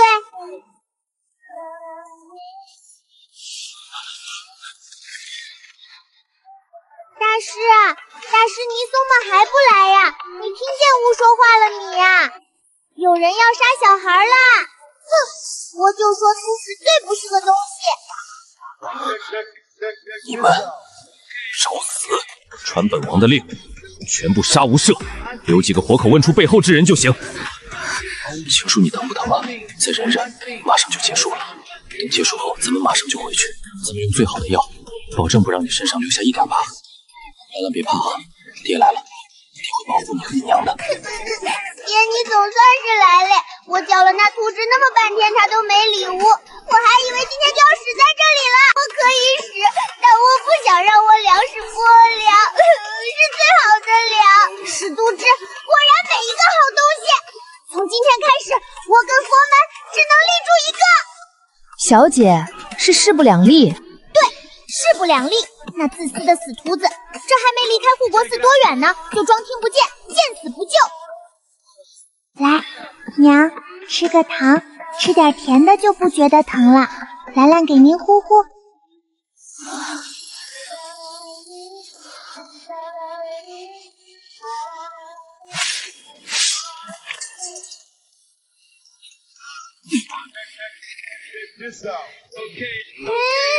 这点银子您拿着，去别处化缘吧。不好意思，真是不好意思。那个和尚，快闪开点，别挡路，不然撞死可不负责啊！在外面没多管闲，没看见刚才王爷都把他扔这儿了吗？说不定两人关系不好，咱们可不趟这浑汤。战王府可不是咱们能得罪得起的。皮僧是，呸！行，我跑都跑来了，我就不信我还回不去了，我自己走。这叫什么事儿啊？来的时候也没觉得这么远啊，怎么还没到？我怎么这么惨啊？再忍忍，最多1个月我就能离开这护国寺了。等我离开这护国寺，我要吃肉，我要喝酒，多好的日子在前面等着我，我可不能累死在这儿。死袁千霄，臭袁千霄，你给老子等着！等老子离开这护国寺，就赖在你的战王府不走了，老子霍霍死你！当年到底是哪个杀千刀的，非要把这护国寺建在山上的？我回去要爬2座山啊！小女已经将当年的事情告诉老夫了，王爷2次救下小女，以后您就是我西宁山庄的恩人。庄主不必多礼，实不相瞒，本王当年对青书一见倾心，只因缘不够没能在一起。现在听说青书想要和离，本王想跟青书再续缘分。兰兰，本王也会当亲生女儿看待，且不会再要自己的孩子。还请庄主放心，将青书交给本王，本王定将他们母女俩当自己的命看待，绝不会让她受一丝一毫的委屈。王爷的人品，老夫信得过，只要青书和兰兰同意，老夫自然没意见。将来青书若真能嫁给王爷，老夫定10里红妆送她出嫁。我同意，娘也会同意的。外祖别担心，娘会没事，休息几天就好了。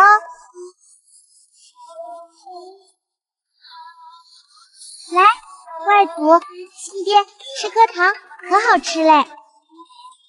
战王府的下人都不稀罕，更何况是被家财万贯的叶青书从小捧在手心里长大的婷兰。我是你爹。对，我没你这样的儿子。婷大人，我告诉你哦，要是再不把你爹叫上来，好好跟你说说话，你爹见了你，说不定一高兴就把你带走了呢。你们父子俩就团圆喽。娘常说人呐，不能做亏心事。婷大人，你有没有感觉到有些冷？阴风阵阵的。岳父大人，那个，既然青书没事，那我就先不打扰了，让青书好好休息，我明日再来看她。孬种，真是白瞎了我这么好的女儿。当年要不是他非说是自己救了老夫的女儿，老夫就是死也不会把女儿嫁给这种人的。但老夫不后悔有兰兰，兰兰你呀，就是老夫的心肝宝贝儿。刚才骂的真好，简直骂到外祖姓2连了。小事儿，要不是窝现在还小，我都想让雷劈死他。就这种人，怎么配当窝爹？放心吧，青书没事了。他好像已经吃过什么丹药，回来的时候虽然身上看着吓人，但血早已凝固，伤口我也已经让医女处理过了，让他好好休息几日便无事了。我去给他开个药方，1日3次，1连7日，你们记得看着他喝下。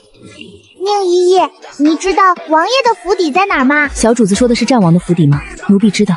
不是我新爹的府邸，是那个什么王。哎呀，你看我这脑子，他叫什么王来做？就是那个很文明的王，衣服穿得很文明的王。宁姨姨，你知道吗？文川王？对，就是文川王。宁姨姨，你知道他的府邸在哪儿吗？奴婢知道，但文川王现在不在他的府邸，而在京郊别院。小主子要去吗？要去，但天亮能回来吗？要是回不来的话，梁科说城门到晚上担心的。天亮前能回来。至于出城，咱们西宁山庄自有黑天出城的办法。宁姨姨，你也受伤了，对不对？奴婢没事，神医已经给奴婢看过了，也上了药，都是些皮外伤，没事的。来，宁姨，吃糖糖，吃了糖糖就不疼了。等回去后，我要记得给夏秋姨也送一颗。好。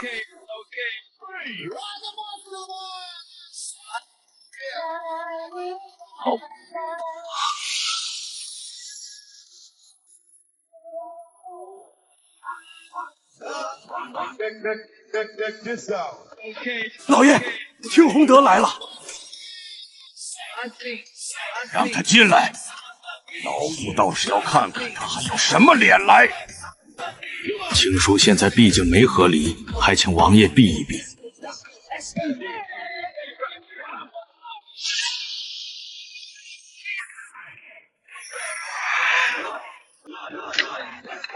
兰兰，你怎么样啊？被伤到了吗？你娘呢？她还好吗？岳父大人，青叔是她怎么样了？我能看看她吗？我俩是夫妻，这种时候我应陪在她身边。陪在身边？他被人围了时候，你怎么跑得飞快呢？那时候你怎么不说想陪在他身边？你不就是怕死，然后还盼着我女儿早点死，好霸占她的嫁妆吗？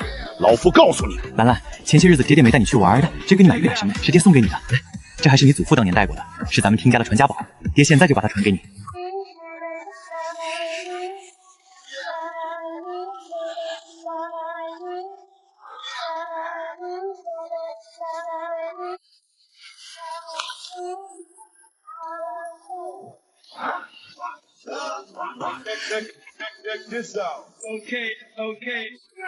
看我像你爹不？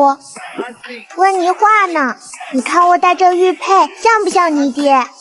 不像。你也不像我爹。若是可以，我真希望自己没你这么个爹，或者我是你爹也行。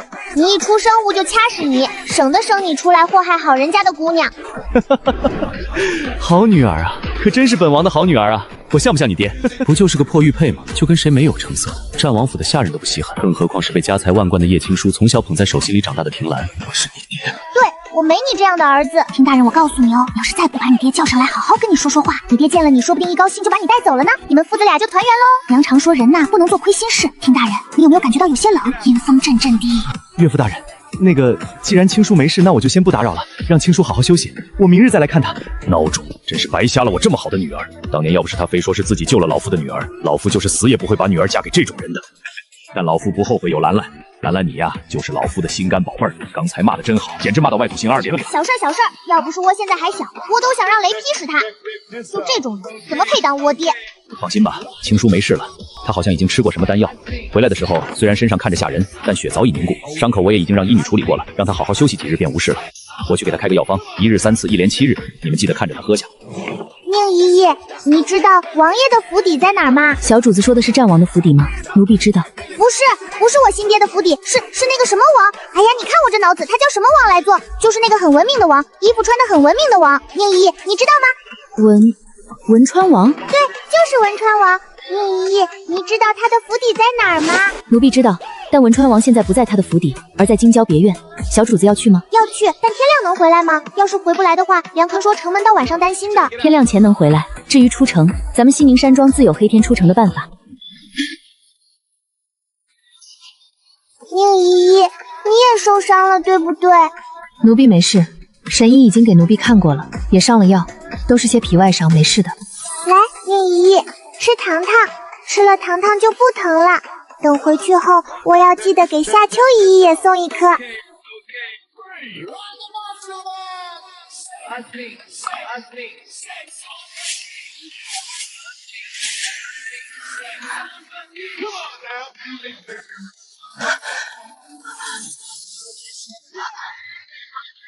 宁姨姨，你在这里等我，我自己进去就好。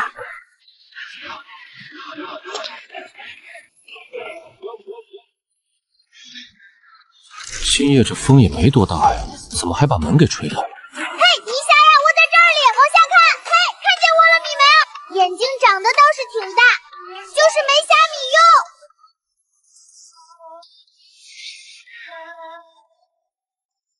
你是谁？怎么到这儿来的？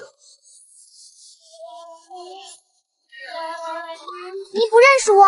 你怎么可以不认识我？你今天不是还派那些狗崽子去杀我和我娘吗？你是叶青书的女儿婷兰，对不对？你误会了，本王根本就不认识你和你娘，怎么可能派人去杀你？你进来，本王好好跟你解释。等天亮了，本王亲自送你回去，好不好？你当我不想进？你看我进得去吗？文明穿衣服的王，好玩不？是不是很好玩？你想当皇帝是不是？想让汪氏弄死我娘，然后再弄死破爹，将我娘那能买城池的嫁妆全都收入囊中，对不对？其实倪爹当年根本就不是为了保护先皇死的，倪爹通敌叛国，可却在最后一刻毁了对方兵力图，就对方早给倪爹下了毒。他看在倪爹下了泡雀人的功的份上，在你爹份上下来认你吧，你礼物呢？你本就不是人家的孩子，居然还惦记捉人家的皇位，你跟我破爹一样不要你！你为了皇位，跟倪爹一样通敌叛国，自私屯兵，暗中搜刮坑害百姓，泄露情报，害得边境将士无辜枉死。为了长生，你居然连刚刚出生的孩子都不放过，用他们的心头血找假道士恋，害多少父母因为您受伤，让您一个接触一夜丹药，我也要让你受伤，我也要在你身上捅窟窿。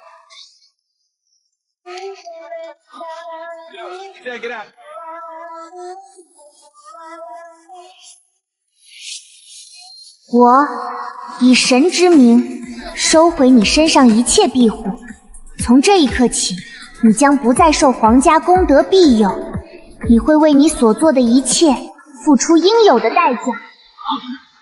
你将受尽痛苦而死，死后燃烧自己的灵魂，为那些枉死的婴儿和牺牲的将士们开启轮回之路，引他们入轮回。你的灵魂将永远消散在这天地间。小主子，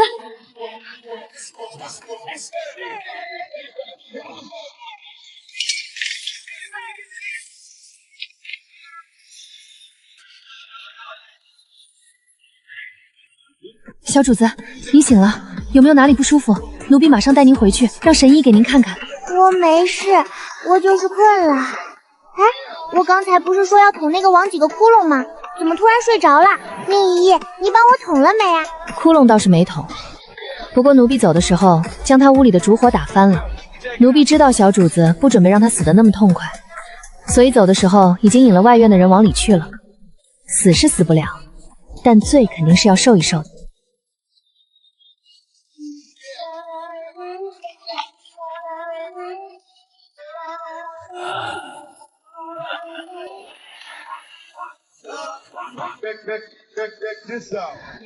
青叔，你醒了，有没有哪不舒服？身上还疼吗？本王这就去给你找神医来。你饿不饿？渴不渴？你想要什么就跟本王说，本王一直都在这里。还好你没事，青叔，还好你没事。昨天多谢王爷，放心，我已经没事了，除了有些没力气之外，哪儿都不疼。你放心，居然敢有人拍人的性命！不去找人帮忙不说，他居然还藏了起来，怪不得叶庄主生气不让他进门。若我是叶庄主，我都得大棍子抡死他。我家那口子也是个读书人，就在附近的学堂当夫子。这要是我和我儿在外面遇见危险，他绝对会第一个冲出来用命保护我们母子俩。就他这种人，我呸，还在这儿哭，他是怎么有脸在这儿哭的？哎，你们刚才没听见那婷家小姐说吗？这次叶氏母女俩遇见的杀手竟然是她的平妻找来的，为的就是叶氏死了，他们好霸占人家的嫁妆。叶氏是叶庄主的独女，千宠万娇长大的。当年叶庄主嫁女儿，那嫁妆整整绕了8条街，连公主出嫁也不过如此。我听说那姓平的就是个山沟里来的破落户，在进京赶考的路上恰巧救了那叶氏，不然人家好好的姑娘怎么可能嫁给他？就这人品，真是白瞎了人家姑娘。什么呀？你刚才没听见那小姑娘说吗？当年救下叶氏的根本就不是她，她是个冒牌货。也对，看见自己妻女有危险都能独自逃生，就这种人品，怎么可能会主动救人？哎，庄主和叶氏真可怜，摊上这么个人面兽心的玩意儿，不行了，我这火都要从头顶上冒出来了！不行，我也忍不住了。人家西宁山庄每逢天灾是又施粥又放粮的，今日人家的女儿和外孙女受委屈了，我这心里也难受。大家一起打死他，让他去祸祸叶庄主的女儿，省得他去祸祸叶庄主的女儿。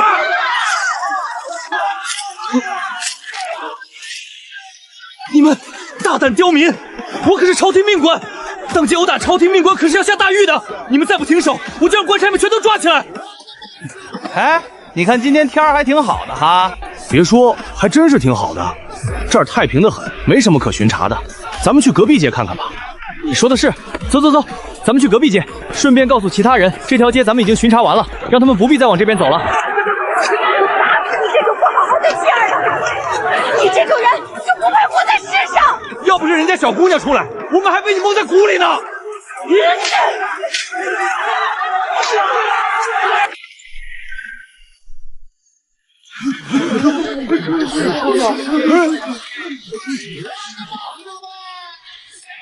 叶家怎么让一个小娃出来了？就是，这不是拿孩子当挡箭牌吗？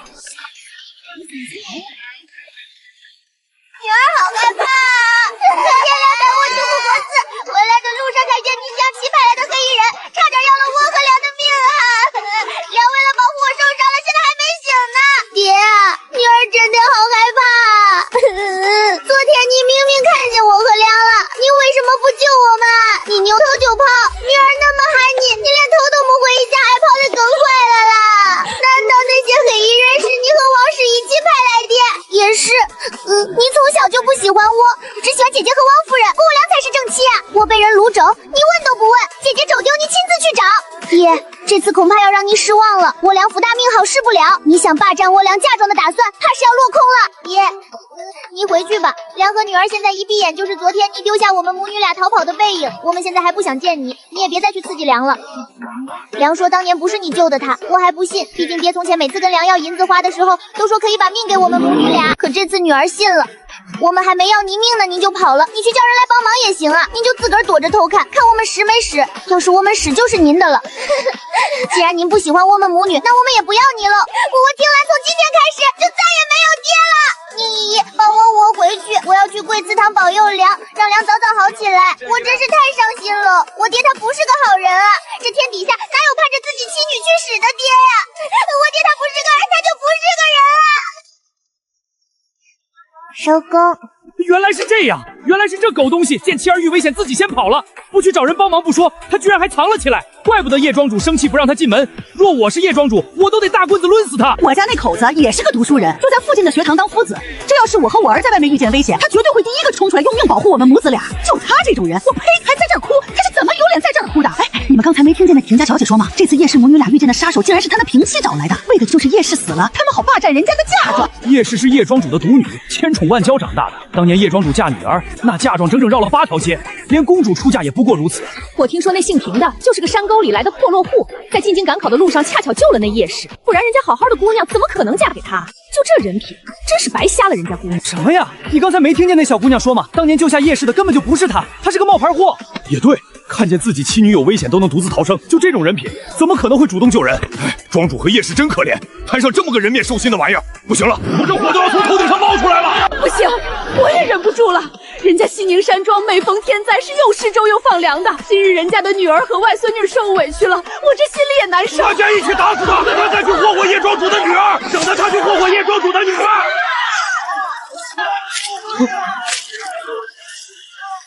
你们大胆刁民！我可是朝廷命官，当街殴打朝廷命官可是要下大狱的。你们再不停手，我就让官差们全都抓起来。哎，你看今天天儿还挺好的哈。别说，还真是挺好的，这儿太平得很，没什么可巡查的。咱们去隔壁街看看吧。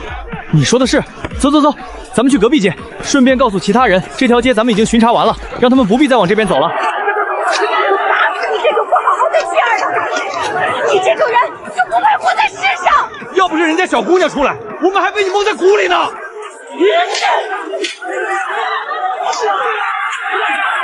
你这种人怎么就当了官了？演得这么好，还不如去戏班子唱戏。打死他！打死他这种败类！打死他！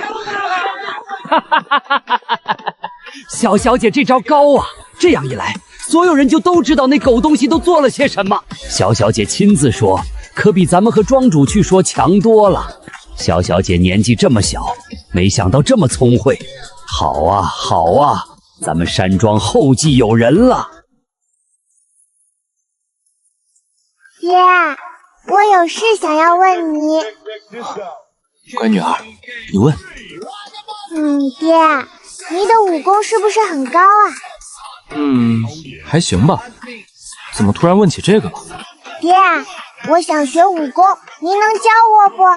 就教我人和飞就行。这个……既然兰兰想学，那就麻烦王爷了。不麻烦，不麻烦。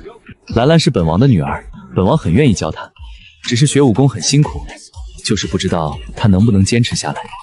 兰兰要学武功，跟皇叔学，那个我能不能也跟着一起学啊？皇叔的武功在整个三国都是数得上的，我以前求皇叔教我，皇叔就是不同意，说要去找人没时间。嘿嘿，兰兰，你能不能替我跟皇叔说说，让我也跟着一起学啊？我保证每日都带着七哥一起来，好不好？不用问，那是我爹，我能做主。从明日开始，八哥哥你就来叶府跟着我一起学。是，本王是兰兰的爹，以后本王的任何事情，他们母女俩都能做主。不过明日不行，明日是皇嫂的千秋宴，后天吧，从后天开始，本王每日都来叶府教你们。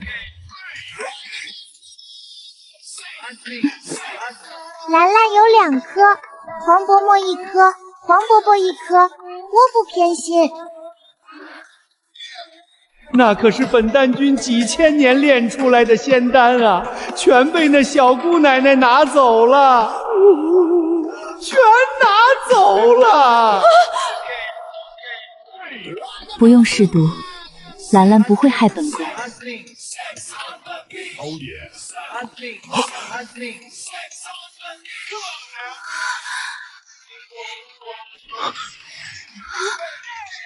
皇上早年在外征战，落下一身暗伤旧疾，就连太医院手都说不能根治，只能缓解。皇后这些年因为七皇子的事郁结在心，早年被人害得小产，身子一直都没有恢复太好。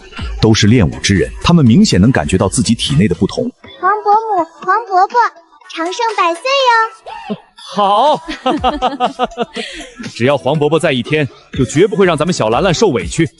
若是将来黄伯伯死后，他们对你不好，朕就直接把他带下去。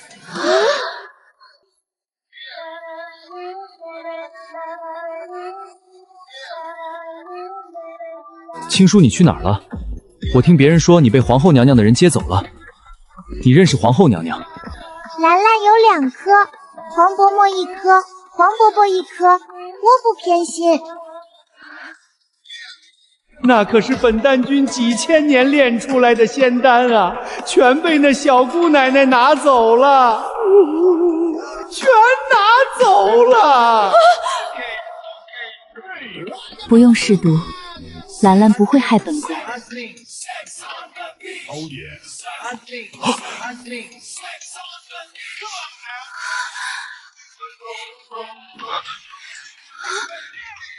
皇上早年在外征战，落下一身暗伤旧疾，就连太医院手都说不能根治，只能缓解。皇后这些年因为七皇子的事郁结在心，早年被人害得小产，身子一直都没有恢复太好。都是练武之人，他们明显能感觉到自己体内的不同。黄伯母、黄伯伯，长生百岁哟！好，只要黄伯伯在一天，就绝不会让咱们小兰兰受委屈。若是将来黄伯伯死后，他们对你不好，朕就直接把他带下去。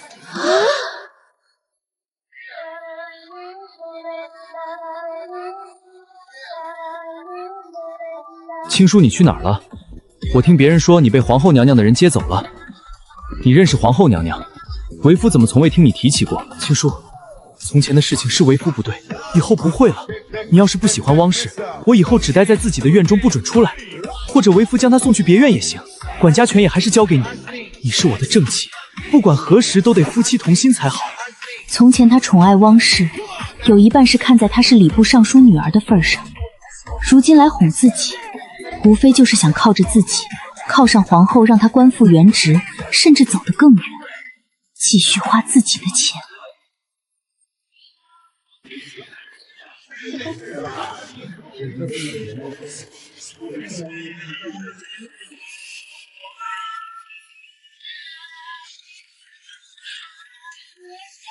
碧水珠，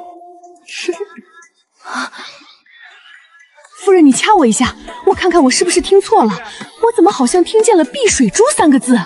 不用掐，我也听见了。碧水珠，那可是碧水珠啊！田宏德不是穷出身吗？他哪来的？说的是，这碧水珠是邻国的宝物，一共就只有3颗。据说含在嘴里可在水中一击入心的时间。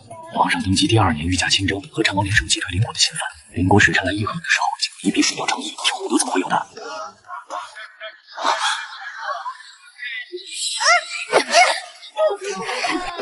你快放开我呀！那真是污的，就在无良库房里，我还玩过你。无良说过那珠是给我了。这原来不听府的，而是人家叶氏的。我就说这田大人刚入朝为官时候，那跟什么似的，怎么会拿得出这种宝贝送给皇后娘娘当贺礼？原来竟是人家叶氏的。可不对啊，这是邻国的贡品，那叶氏是怎么会有的？是本宫赏的，这是本宫给青叔的。青叔5岁时贪玩，曾不慎掉到过池子里，从那以后就怕水。后来青叔出嫁的时候，本宫就把这碧水珠给了青叔，放到了他的嫁妆里。听洪德，你居然拿着本宫给青叔的嫁妆当做贺礼献给本宫。西曼，这是怎么回事？我不是让你去给皇后娘娘准备生辰礼吗？你怎么会去拿青叔的嫁妆？我挑的时候还特意没挑大的，想着她嫁妆那么多，不会全记住，挑个小的她不会知道。可万万没想到，这珠子是皇后娘娘给的。老爷，妾身也不知道这是皇后娘娘赏给夫人的，妾身就是随手拿了一个。况且，不是您让妾身去夫人的库房里拿的吗？别说是自己了，私自拿人家的嫁妆，那是要下狱的。我穷苦出身，处处低人一等，尤其是在他面前，我永远都抬不起头。只有在伏地做小、温柔小意的汪希曼面前，我才觉得自己是个男人。怎么是我？明明是夫人准许你去拿的，可你偏偏拿什么不好，要拿皇后娘娘赏给青叔的，还不赶紧给皇后娘娘赔罪！皇后娘娘恕罪，殿前没见过什么好东西。她是庶女，从小这碧灵珠，更不知道这是贡品，这才拿错了。微臣马上就让人回去重新换个贺礼，马上就去，还望皇后娘娘息怒。青叔，你快帮为夫和皇后娘娘求求情。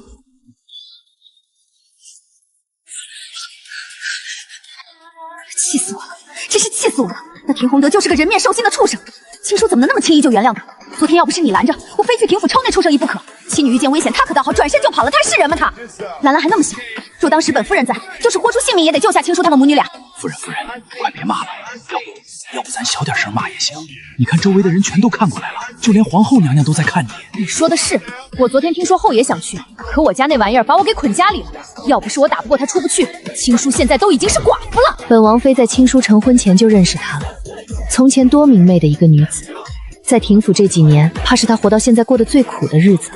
我有好几次都想劝她和离，可那时她已经有了身孕，我开不了口啊，真是气死我了。夫人别气，为夫昨日那般做也是为了你好。那廷洪德还是官儿，你要是杀了他，那是要偿命的呀。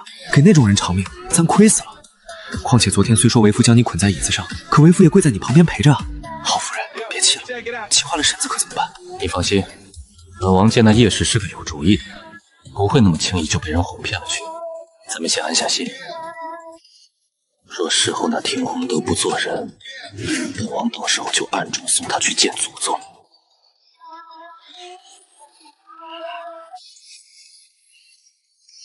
皇后娘娘，臣妇请皇后娘娘做主，臣妇要与丁洪德和离。臣妇与丁洪德夫妻情薄，早已恩断义绝。对，我爹还说要把我俩埋在他家的破祖坟里。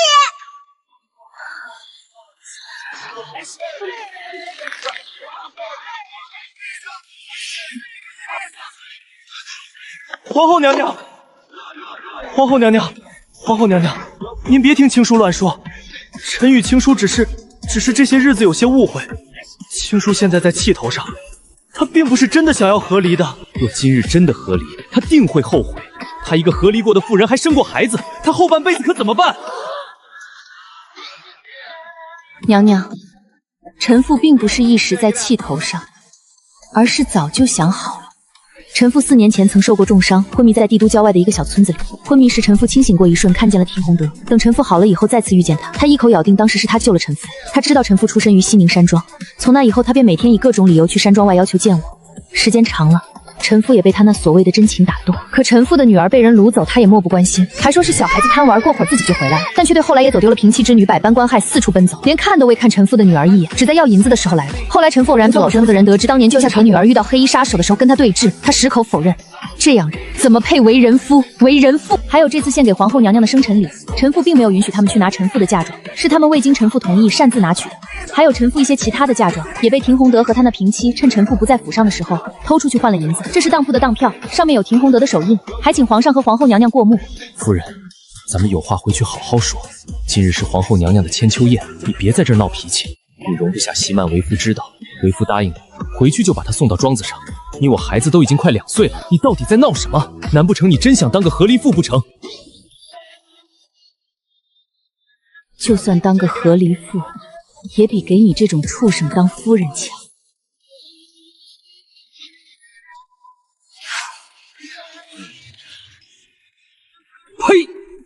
跟这种人同朝为官，真是耻辱啊！就是的，这人平日里看着人模狗样的，竟做出这等畜生不如的事情。